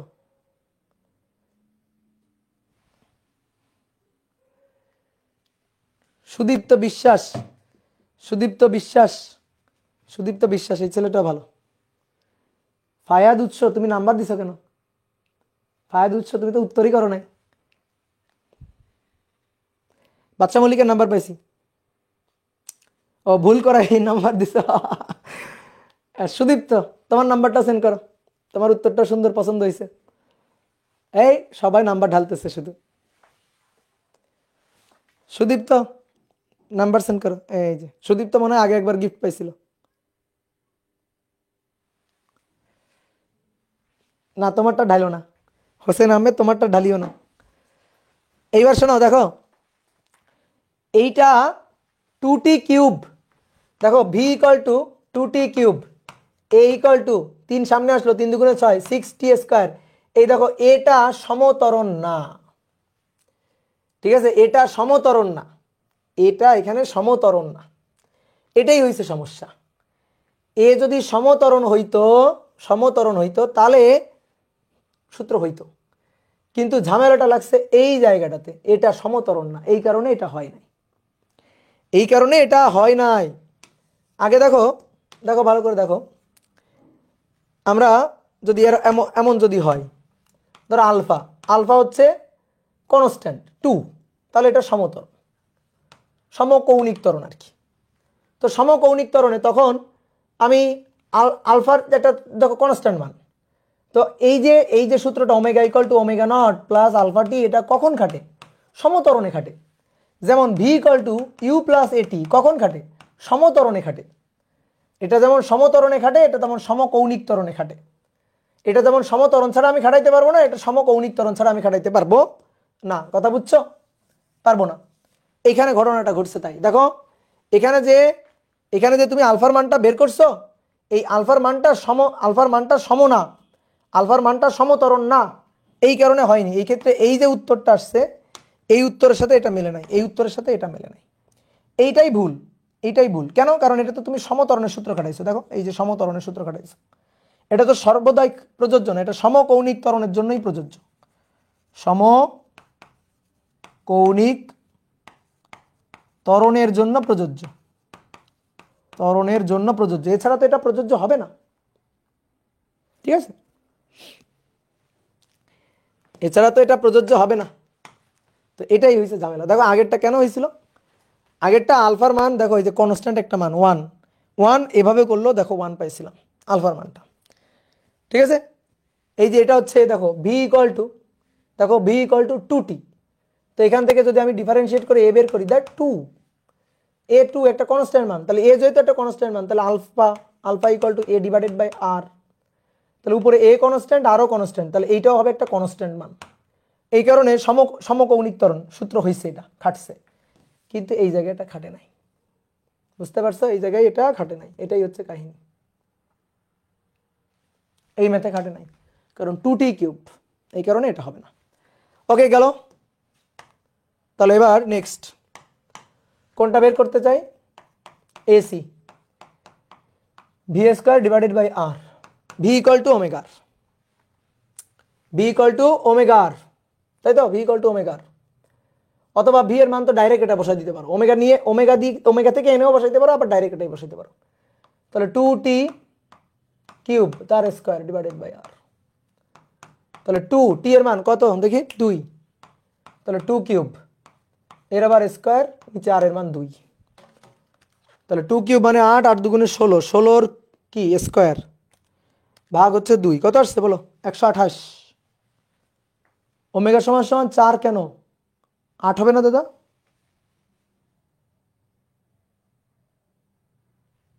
8 ভাগ 2 কত হয়, 4।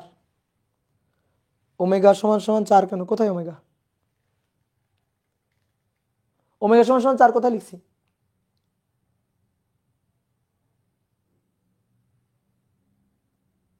ঠিক আছে, আচ্ছা তাহলে এখান থেকে অ্যান্সার কত পাইলাম, 128। উল্টাপাল্টা কমেন্ট করিও না, উল্টাপাল্টা কমেন্ট করলে আমি ভয় পাই, বুঝলা, এত মিটার পার সেকেন্ড স্কোয়ার। তাহলে এবার আসো 4 নম্বর, এ নিট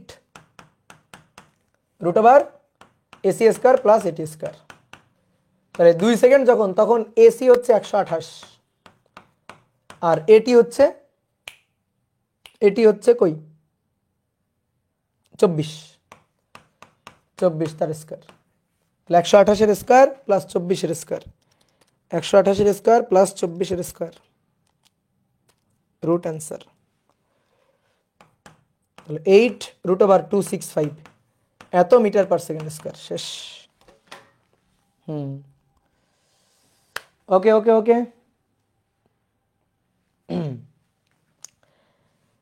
ওকে নাও এবার মোটামুটি আমরা ম্যাথ বুঝে গেছি, মোটামুটি আমরা সুন্দর ম্যাথ বুঝে গেছি। এবার আসো দেখি তোমরা একটা ম্যাথ আমাকে করে দিবা।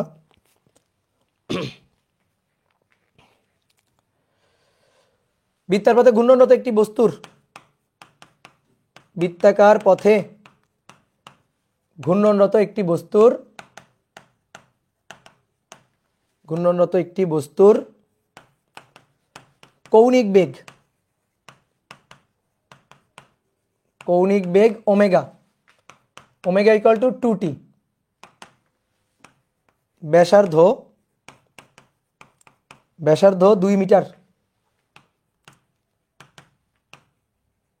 স্পর্শী ত্বরণ লব্ধির সাথে, লব্ধি ত্বরণের সাথে, লব্ধি কোন ত্বরণের সাথে, লব্ধি কোন ত্বরণের সাথে, রৈখিক ত্বরণ, লব্ধি রৈখিক ত্বরণ, স্পর্শী ত্বরণ লব্ধি ত্বরণের সাথে 37 ডিগ্রি কোণ তৈরি করলে, কোণ তৈরি করবে কত সময় পর, কত সময় পর স্পর্শী ত্বরণ লব্ধি ত্বরণের সাথে 37 ডিগ্রি কোণ তৈরি করবে। ওকে, একটা বস্তু বৃত্তার পথে ঘুরছে, হ্যাঁ, তো বৃত্তার পথে বস্তুটা ঘুরছে, তো বলা হচ্ছে কিছুক্ষণ পর ঘুরতে ঘুরতে ঘুরতে ঘুরতে ঘুরতে ঘুরতে কোনো একটা মুহূর্তে স্পর্শী ত্বরণ লব্ধি ত্বরণের সাথে 37 ডিগ্রি কোণ তৈরি করে, স্পর্শী ত্বরণ লব্ধি ত্বরণের সাথে 37 ডিগ্রি কোণ তৈরি করে। তাহলে এটা হচ্ছে স্পর্শী ত্বরণ,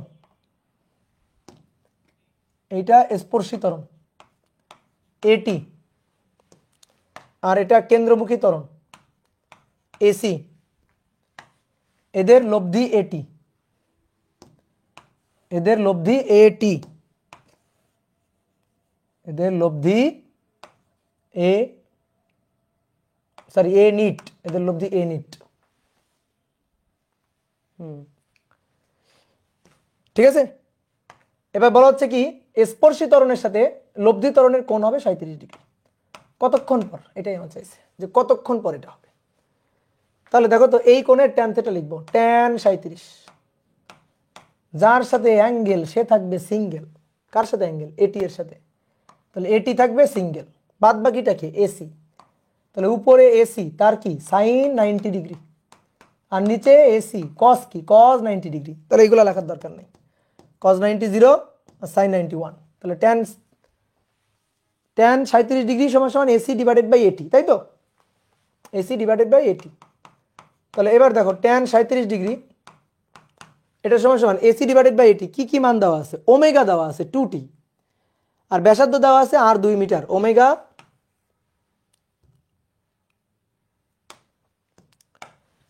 দেওয়া আছে 2t, ব্যাসার্ধ আর দেওয়া আছে 2 মিটার। তাহলে এখান থেকে এসি নিয়ে বসাইতে হবে, এটি নিয়ে বসাইতে হবে। আসো আসো আমরা দেখি। তো AC equal to v square by r বা ওমেগা স্কোয়ার আর, যে কোনোটাই লিখতে পারো, ভি স্কোয়ার বাই আর অথবা ওমেগা স্কোয়ার আর। তো ওমেগা কত? ওমেগা হচ্ছে 2t তার স্কোয়ার ইন্টু আর হচ্ছে 2। তাহলে 2 দুগুণে 4, 4 দুগুণে 8 টি স্কোয়ার, এটা হচ্ছে এসি। আর এটি কি? At equal to d dt of v. তো এটা ওমেগা, এটা আর, তাহলে ভি ইকুয়াল টু কি? V equal to omega r, v equal to omega r, omega 2t গুণ আর 2, তার মানে ভি ইকুয়াল টু 4t। তাহলে d dt v equal to 4t। কত ইজি ম্যাথ। তাহলে 4t কে টি এর সাপেক্ষে ডিফারেন্সিয়েট করলে 4, এটা 4 মিটার পার সেকেন্ড স্কোয়ার। তাহলে এটি এর মান 4 পেয়ে গেছি, আর এসি এর মান 8t স্কোয়ার। মান বসাই দিব খালি, মান বসাই দিব খালি। এটি এর মান 4 পেয়ে গেছি, খুবই মজার ম্যাথ। আর এসি এর মান হচ্ছে 8t স্কোয়ার, 8t স্কোয়ার। অনেকে মনে করতে ভাই আমি যদি এই সূত্রে না গিয়ে আমি ভি স্কোয়ার বাই আর লিখি, ভাই কোনো সমস্যা নেই। তো ভি ইকুয়াল টু কি 4t, তাহলে 4t তার স্কোয়ার ডিভাইডেড বাই আর এর মান কত 2, 4 4 16t স্কোয়ার ভাগ 2, দেখো 8t স্কোয়ার। মানে যে পথে হাঁটবা পৌঁছাবা তুমি এক জায়গায় গিয়ে, পৌঁছানো এক জায়গায়, গন্তব্য এক জায়গায়। তাহলে এখানে সব জানি না টি এর মান, তো টি এর মান বের করে ফেলে আসো। তাহলে ট্যান 37 গুণ 4 ভাগ 8 রুট ওভার অ্যান্সার। তাহলে অতএব টি ইকুয়াল টু 0.6138 এত সেকেন্ড। এই দেখো হয়েছে কিনা? এই তোমরা কি গল্প করতেছো? হ্যাঁ, আমি তো ভাত খাই না। হাই পাগল।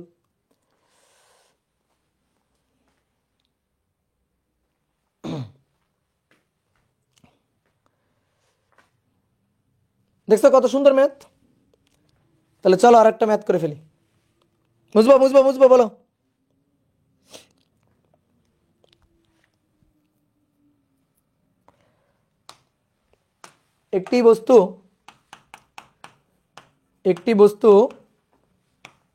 একটি বস্তু কণা 40 সেন্টিমিটার ব্যাসার্ধের পথে 40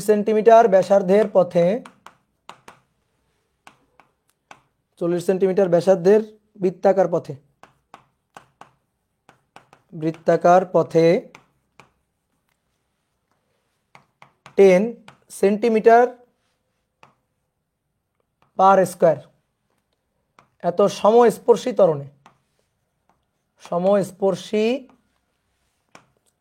ত্বরণে চলমান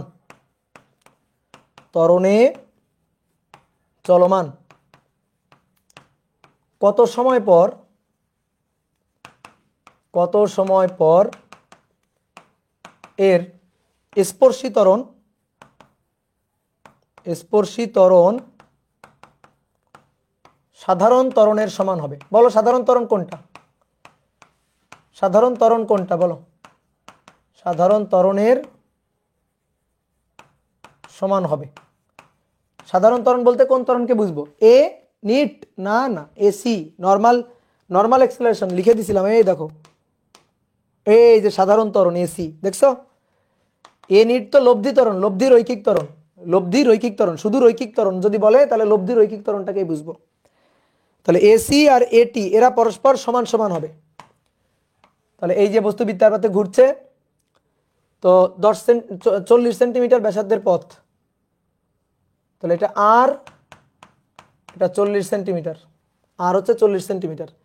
বৃত্তাকারে 10 সেন্টিমিটার স্কোয়ার সমস্পর্শী ত্বরণে ঘুরছে, 10 সেন্টিমিটার পার স্কোয়ার সমস্পর্শী ত্বরণে, ঠিক আছে? 10 সেন্টিমিটার পার স্কোয়ার সমস্পর্শী ত্বরণে ঘুরছে। তাহলে এটি এটি এটি দেওয়া আছে, এটা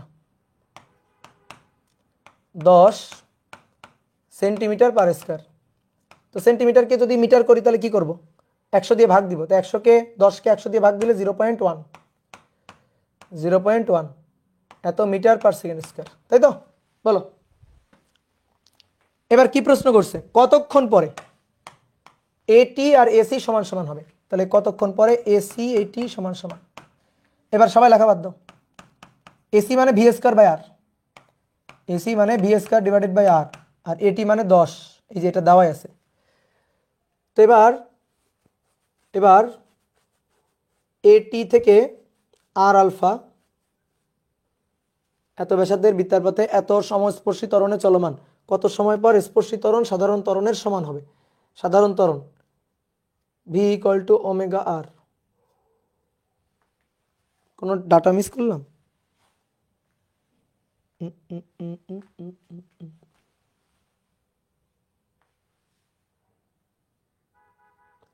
আর এর মান জানা আছে ভি, না সমস্যা নেই, হবে হবে হবে, হ্যাঁ পেয়েছি পেয়েছি পেয়েছি, এই তো সুন্দর। দেখো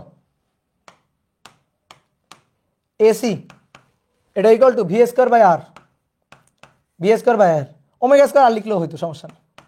আর এটা হচ্ছে এটি, এটি এর মান তো গিভেন, এটি এর মান গিভেন। এইবার আসো আর এর মান জানি, এটি এর মান জানি, তাহলে ভি লাগবে। তাহলে একটা কথা মিস করছি, স্থির অবস্থা হতে এত সেন্টিমিটারের সমস্পর্শী ত্বরণে স্থির অবস্থা থেকে, এই কথাটা মিস করছি। তাই তো ভাবি একটি কণা স্থির অবস্থা হতে, এই কথাটা মিস করে গেছি, বুঝলা? একটি কণা স্থির অবস্থা হতে, লিখো লিখো লিখো, এটা না হলে হবে না। একটি কণা স্থির অবস্থা হতে। এবার আসো দেখো, দেখো এদিকে তাকাও, v square divided by r, AC equal to v square divided by r, আর এটি ইকুয়াল টু এটি, এটি এর মান আমি জানি, এটি এর মান জানি, আর এর মান জানি, ভি দরকার। এখন কথা হচ্ছে কি, ভি তো আমার দরকার না, আমার তো দরকার টি। তো ভি এর জায়গায়, ভি এর মধ্যেই তো টি আছে, কেমনে? V equal to u plus at, v equal to u plus at. বলো তো দেখি এখানে এটা কোন এটা বসবে, এখানে কোন এটা বসবে বলো তো দেখি? V equal to u plus at, গত ক্লাসে করছি আমরা। কোনটি বসবে? ইউ জিরো, স্থির অবস্থা থেকে। তাহলে ভি ইকুয়াল টু, এই যে স্থির অবস্থা থেকে, এই কথাটা না বলা থাকলে কিন্তু হবে না ম্যাথ।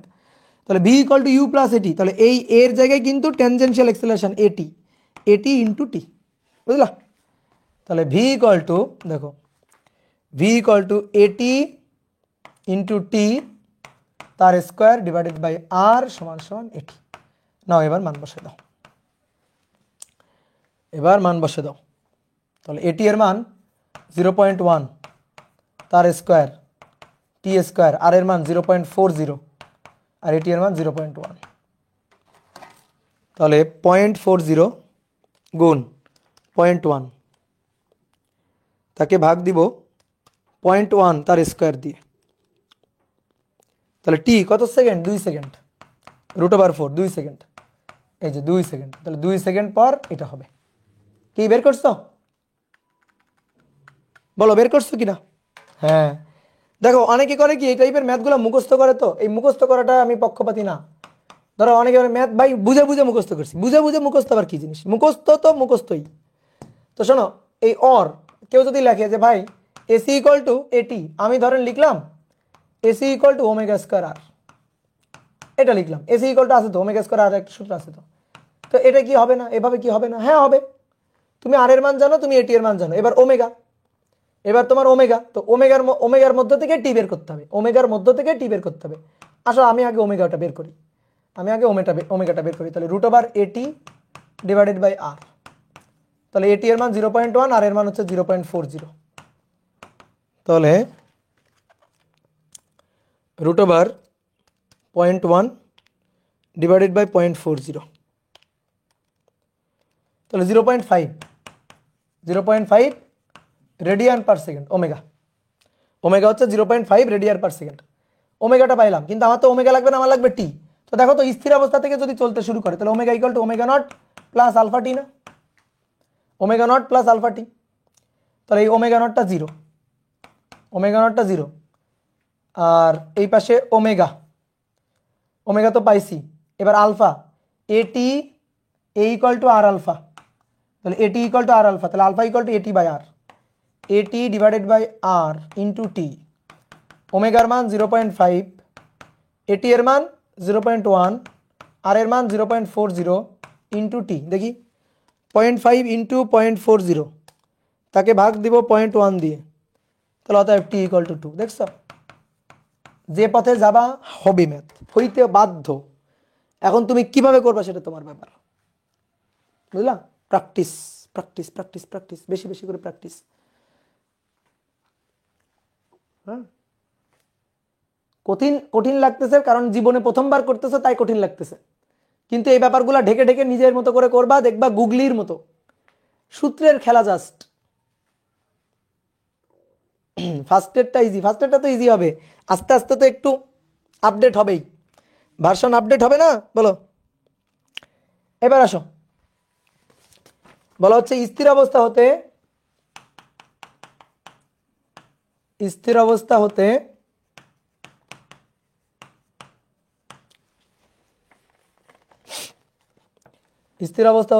বৃত্তাকার পথে চলমান, বৃত্তাকার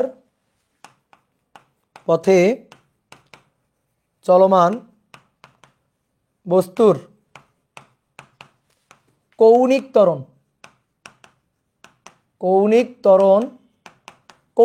কিন্তু কৌণিক ত্বরণ, রৈখিক না, 3 রেডিয়ান পার সেকেন্ড স্কয়ার। একক দেখলেও বুঝে যাবা কৌণিক ত্বরণ হচ্ছে এটা। 10 সেকেন্ড পর রৈখিক ত্বরণ, 10 সেকেন্ড পর রৈখিক ত্বরণ 12√10 সেন্টিমিটার পার সেকেন্ড স্কয়ার, 12√10 সেন্টিমিটার পার সেকেন্ড স্কয়ার। তাহলে বৃত্তাকার পথের ব্যাসার্ধ কত? বৃত্তাকার পথের ব্যাসার্ধ চাইছে। শোনো, কি কি দেওয়া আছে একটু এঁকে নাও, ঠিক আছে? কি কি দেওয়া আছে একটু এঁকে নাও। একটা বস্তু বৃত্তাকার পথে ঘুরছে, এই বেঁকে গেল, একটা বস্তু বৃত্তাকার পথে ঘুরছে, তো স্থির অবস্থা থেকে বৃত্তাকার পথে চলমান বস্তুর কৌণিক ত্বরণ দেওয়া আছে আলফা গিভেন। তাহলে 3 রেডিয়ান পার সেকেন্ড স্কয়ার। দেখি তোমাদের কেমন বুদ্ধি, দেখি কে বলতে পারে। বলো তো 10 সেকেন্ড পর রৈখিক ত্বরণ এত, বলো 10 সেকেন্ড পর রৈখিক ত্বরণ এত, এটা কি দেওয়া আছে? 10 সেকেন্ড পর রৈখিক ত্বরণ, আবার ভালো করে চিন্তা করো, 10 সেকেন্ড পর রৈখিক ত্বরণ এ নিট। আমি যদি বলতাম স্পর্শী ত্বরণ তাহলে এটি, যদি বলতাম কেন্দ্রমুখী ত্বরণ বা সাধারণ ত্বরণ তাহলে এসি। কিন্তু কি বলছি বলো, কি বলছি? বলছি রৈখিক ত্বরণ। তো রৈখিক ত্বরণ কি একটা? রৈখিক ত্বরণ তো দুইটা, এটি আর এসি। তাহলে রৈখিক ত্বরণ যদি বলি রৈখিক ত্বরণ এত, তাহলে তোমার বুঝতে হবে ওই দুইটার লব্ধি, অর্থাৎ এ নিট। তাহলে এ নিট হচ্ছে 12√10 সেন্টিমিটার পার সেকেন্ড স্কয়ার। নাও তোমরা একটু সূত্র নিয়ে একটু কাটাকাটি করো তো দেখি, একটু সূত্র নিয়ে একটু 1 মিনিট সূত্র নিয়ে একটু গবেষণা করো কিভাবে কি করা যায়। ব্যাসার্ধ আর বের করতে হবে, বৃত্তপথের ব্যাসার্ধ আরটা বের করতে হবে। ধরো আমি চট করে করাই দিলাম, তাহলে তোমার চিন্তার দরজা বন্ধ হয়ে যাবে। তো তুমি আগে একটু চিন্তা করো তো।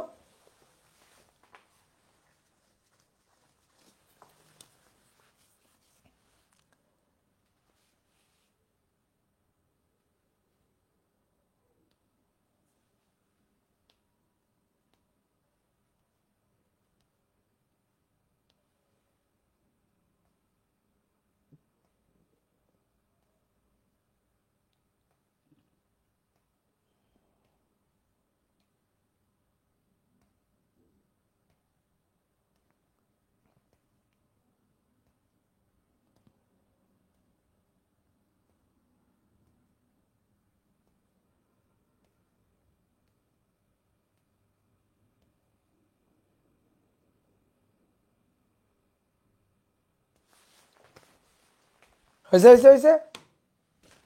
এন ইট এটা হচ্ছে 12√10। তো দেখো সহজ ম্যাথ, এন ইট এটা সমান সমান আমরা কি জানি, AC square plus at square, এটা জানি না। তো এ নিটের মান দেওয়া আছে, এ নিট এটা আমার জানা। আমার বৃত্তাকারের ব্যাসার্ধ চাইছে, ব্যাসার্ধ এই দুইটার মধ্যে কারটার মধ্যে আছে, আমাদের দেওয়া আছে আলফা। তাহলে আলফা দিয়ে আমি কি পাবো, এটি পাবো। তাহলে রুট ওভার দেখো at equal to r alpha, r alpha. তাহলে আলফা জানা, আর তো আমাদের বের করতে হবে। ওকে, তাহলে এটার স্কয়ার থাকুক। এবার এসি, তো AC equal to v square by আরও লিখতে পারি, ঠিক আছে। আবার ac equal to omega square আরও লিখতে পারি, তো যার যেটা ভাল লাগে।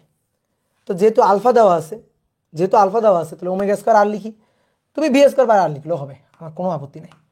ওমেগা স্কয়ার আর লিখি, তাহলে ওমেগা স্কয়ার আর তার স্কয়ার। এবার কথা হচ্ছে আমাদের দরকার হচ্ছে আর এর মান, আমাদের দেওয়া আছে কৌণিক ত্বরণ এত 10 সেকেন্ড পর, তাহলে 10 সেকেন্ড পর দেখি তো ওমেগাটা পাওয়া যায় কিনা। ওমেগা ইকুয়াল টু স্থির অবস্থা হতে, স্থির অবস্থা মানে কি, স্থির অবস্থা মানে u0, ঠিক আছে। স্থির অবস্থা মানে u0, ওমেগা নট 0, t0, স্থির অবস্থা, ঠিক আছে। তাহলে omega equal to omega not plus alpha t, তাই তো। তো ওমেগা নটটা 0, আলফার মান 3 আর টি হচ্ছে 10, এই যে পেয়ে গেলাম 30 রেডিয়ান পার সেকেন্ড। এই যে 30 বসাবো, তাহলে এই কাজ শেষ।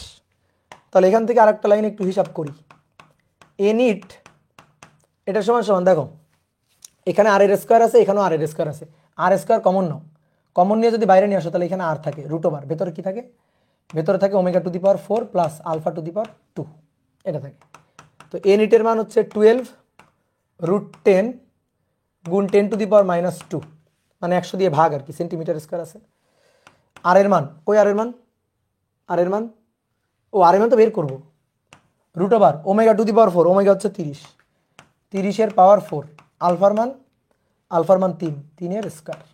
কত সহজ ম্যাথ, আর সমান সমান, বুঝলা, সূত্রের খেলা 12√10 গুণ 10 টু দি পাওয়ার -2 এত ভাগ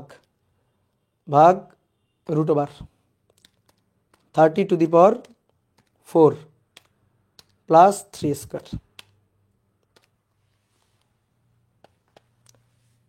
তাহলে আর এর মান 0.000421 মিটার। তাহলে কি 100 দিয়ে ভাগ করে একটু কমাই, মানে সরি 100 দিয়ে গুণ করব, তাহলে 0.0421 সেন্টিমিটার। দেখো তো আসছে কিনা, হ্যাঁ ঠিক আছে। ওকে, তোমার 0 আসছে, কেন 0 আসবে, ওকে চলো, আর 2 ঘন্টা হইতে 10 মিনিট আছে, আর একটা ম্যাথ করে ফেললেই শেষ।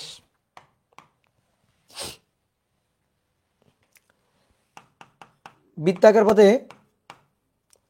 কোনো বস্তু 500 মিটার ব্যাসার্ধের বৃত্তাকার পথে কোনো কণা 500 মিটার ব্যাসার্ধের বৃত্তাকার পথে 30 মিটার পার সেকেন্ড বেগে ঘুরছে, ওই মুহূর্ত হতে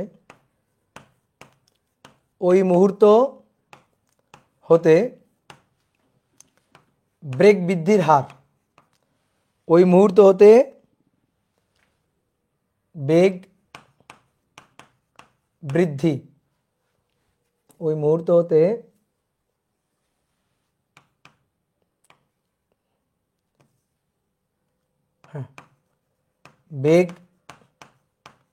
বৃদ্ধি হার 2 মিটার পার সেকেন্ড, ওই মুহূর্ত হতে বেগ বৃদ্ধির হার 2 মিটার পার সেকেন্ড। তাহলে ওই মুহূর্তে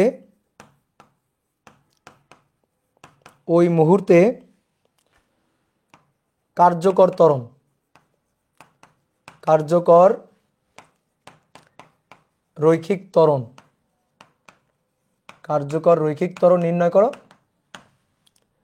আর 10 সেকেন্ড পর, 10 সেকেন্ড পর কার্যকর ত্বরণ নির্ণয় করো, কার্যকর রৈখিক ত্বরণ নির্ণয় করো, রৈখিক ত্বরণ নির্ণয় করো। তাহলে কি কি দেওয়া আছে আসলে একটু ফিল করি, বুঝি।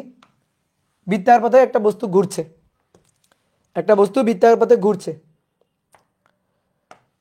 তো কি কি দেওয়া আছে, বলা আছে কোন একটা মুহূর্তে এত বেগে ঘুরছে। তাহলে এত বেগে 30 মিটার পার সেকেন্ড বেগে ঘুরছে কোন একটা মুহূর্তে, ঠিক আছে, এটা আদি মুহূর্ত, আদি।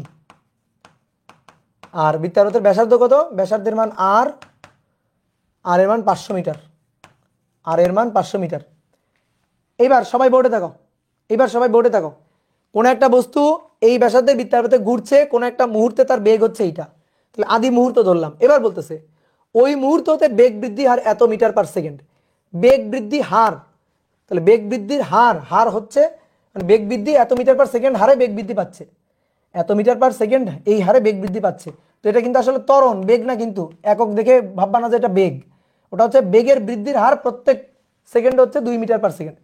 তাহলে 2 মিটার পার সেকেন্ড স্কয়ার, এটা কোণ এ, এটা কোণ এ, বলো তো কোণ এ, এটি, এসি আর এ নিট কোনটা, এটি, এটি এটা হচ্ছে বেগ বৃদ্ধির হার, এটি এটা ট্যানজেনশিয়াল এক্সেলারেশন এটা। এবার অনেক বলছে ভাই এ হইল না কেন, ভাই দেখো একটু এই লাইনটা পড়ো, ওই মুহূর্তে কার্যকর রৈখিক ত্বরণ কত।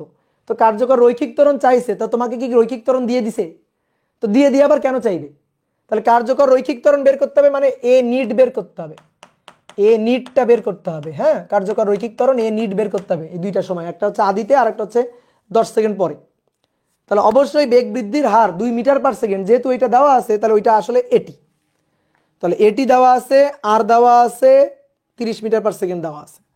তাহলে আমাদের বলছে ওই মুহূর্তে কার্যকর রৈখিক ত্বরণ কত, আর 10 সেকেন্ড পর কার্যকর রৈখিক ত্বরণ কত। আসো, কার্যকর রৈখিক ত্বরণ, তাহলে 1 নম্বর ওই মুহূর্তে এ নিট, ওই মুহূর্ত মানে বেগ যখন 30 মিটার পার সেকেন্ড, তাহলে এ নিট এটা হচ্ছে √/, AC square plus at square.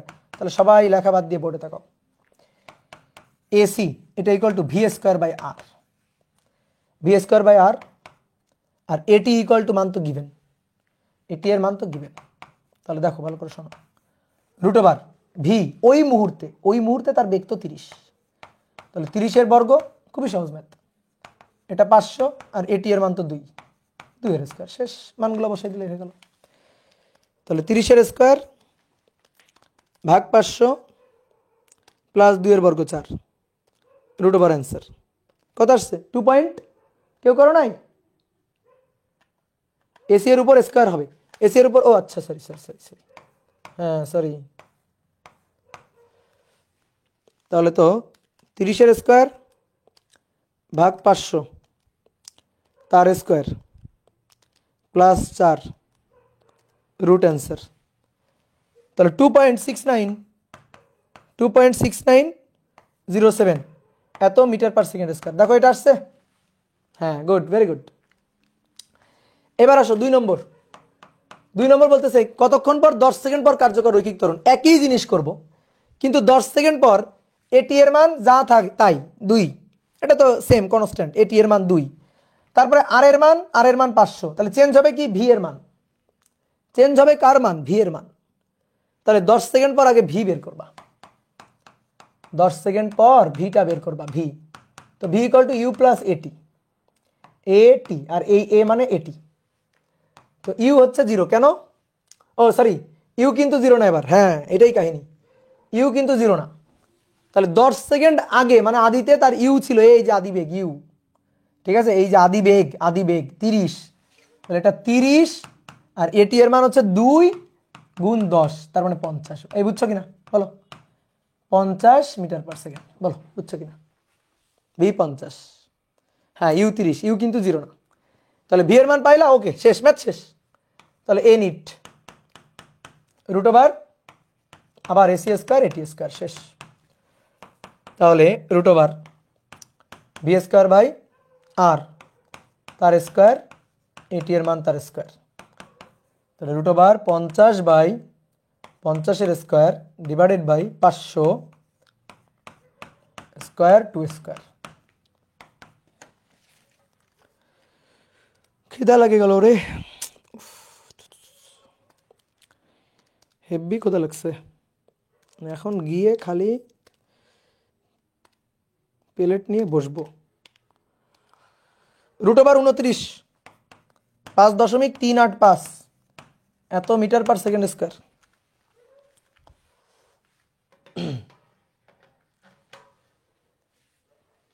দাদা কি দিয়ে খাবেন? হাত দিয়ে খাবো, এই যে হাত দিয়ে খাবো। ওকে, বুঝলা বুঝলা বুঝলা, বলো বুঝছো কিনা? হ্যাঁ, কেউ যদি মনে করো এইভাবে করতে চাও করতে পারবা। n ইট equal to √AC square, AC এর জায়গায় মনে করো AC equal to omega square r বসাবা, omega square r square at square বসাও, কোনো সমস্যা নেই। তাহলে তখন ওমেগাটা বের করা লাগবে। ওমেগা কেমনে বের করবা? ওমেগা হচ্ছে omega not plus alpha t. তো এত কাহিনীর দরকার নেই, বের করতে পারবা তুমি। এটি জানো, আলফা বের করতে পারবা। এই যে এটি, এই এ আলফা ইকুয়াল টু আলফা বের করবা, এই এটি ইকুয়াল টু আর আলফা, এই সূত্র দিয়ে। ঠিক আছে, তারপরে ওমেগা নট কীভাবে বের করবা? V equal to omega r, omega equal to v by r, তাহলে এটা হবে ইউ বাই আর। ওই যে ইউ, এটা ইউ, এটা আদিবেগ ইউ, ইউ বাই আর। তারপরে এটা পাবা কীভাবে? এটা হচ্ছে ভি বাই আর। তো এটা তার, তুমি তো আর ভি বের করতেছো না, তুমি এটা বের করবা। তো এই যে এইভাবে বের করতে পারো, সমস্যা নেই। এভাবে বের করে নিয়ে এখানে বসাবা, একই রেজাল্ট পাবা, একই রেজাল্ট পাবা, কোনো সমস্যা নেই। ঠিক আছে, কৌণিক গতির ম্যাথ দিলে ভালো হতো। প্র্যাকটিস শিট থেকে কৌণিক গতির ম্যাথ করবা? দাঁড়াও, কই গেল আমার ফোনটা? এই আমার ফোন কই? কে নিলা বলো? আমার ফোনটা কই গেল?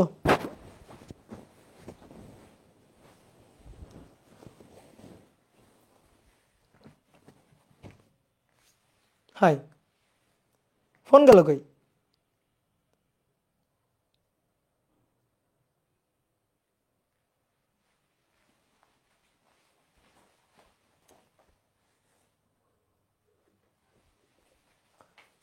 কই রাখলাম ফোনটা? এই ফোন পাচ্ছি না তো, দাঁড়াও ফোন খুঁজে নিই, তারপরের দিন হোমওয়ার্ক দিয়ে দিব না। থাক, আজকে থাক।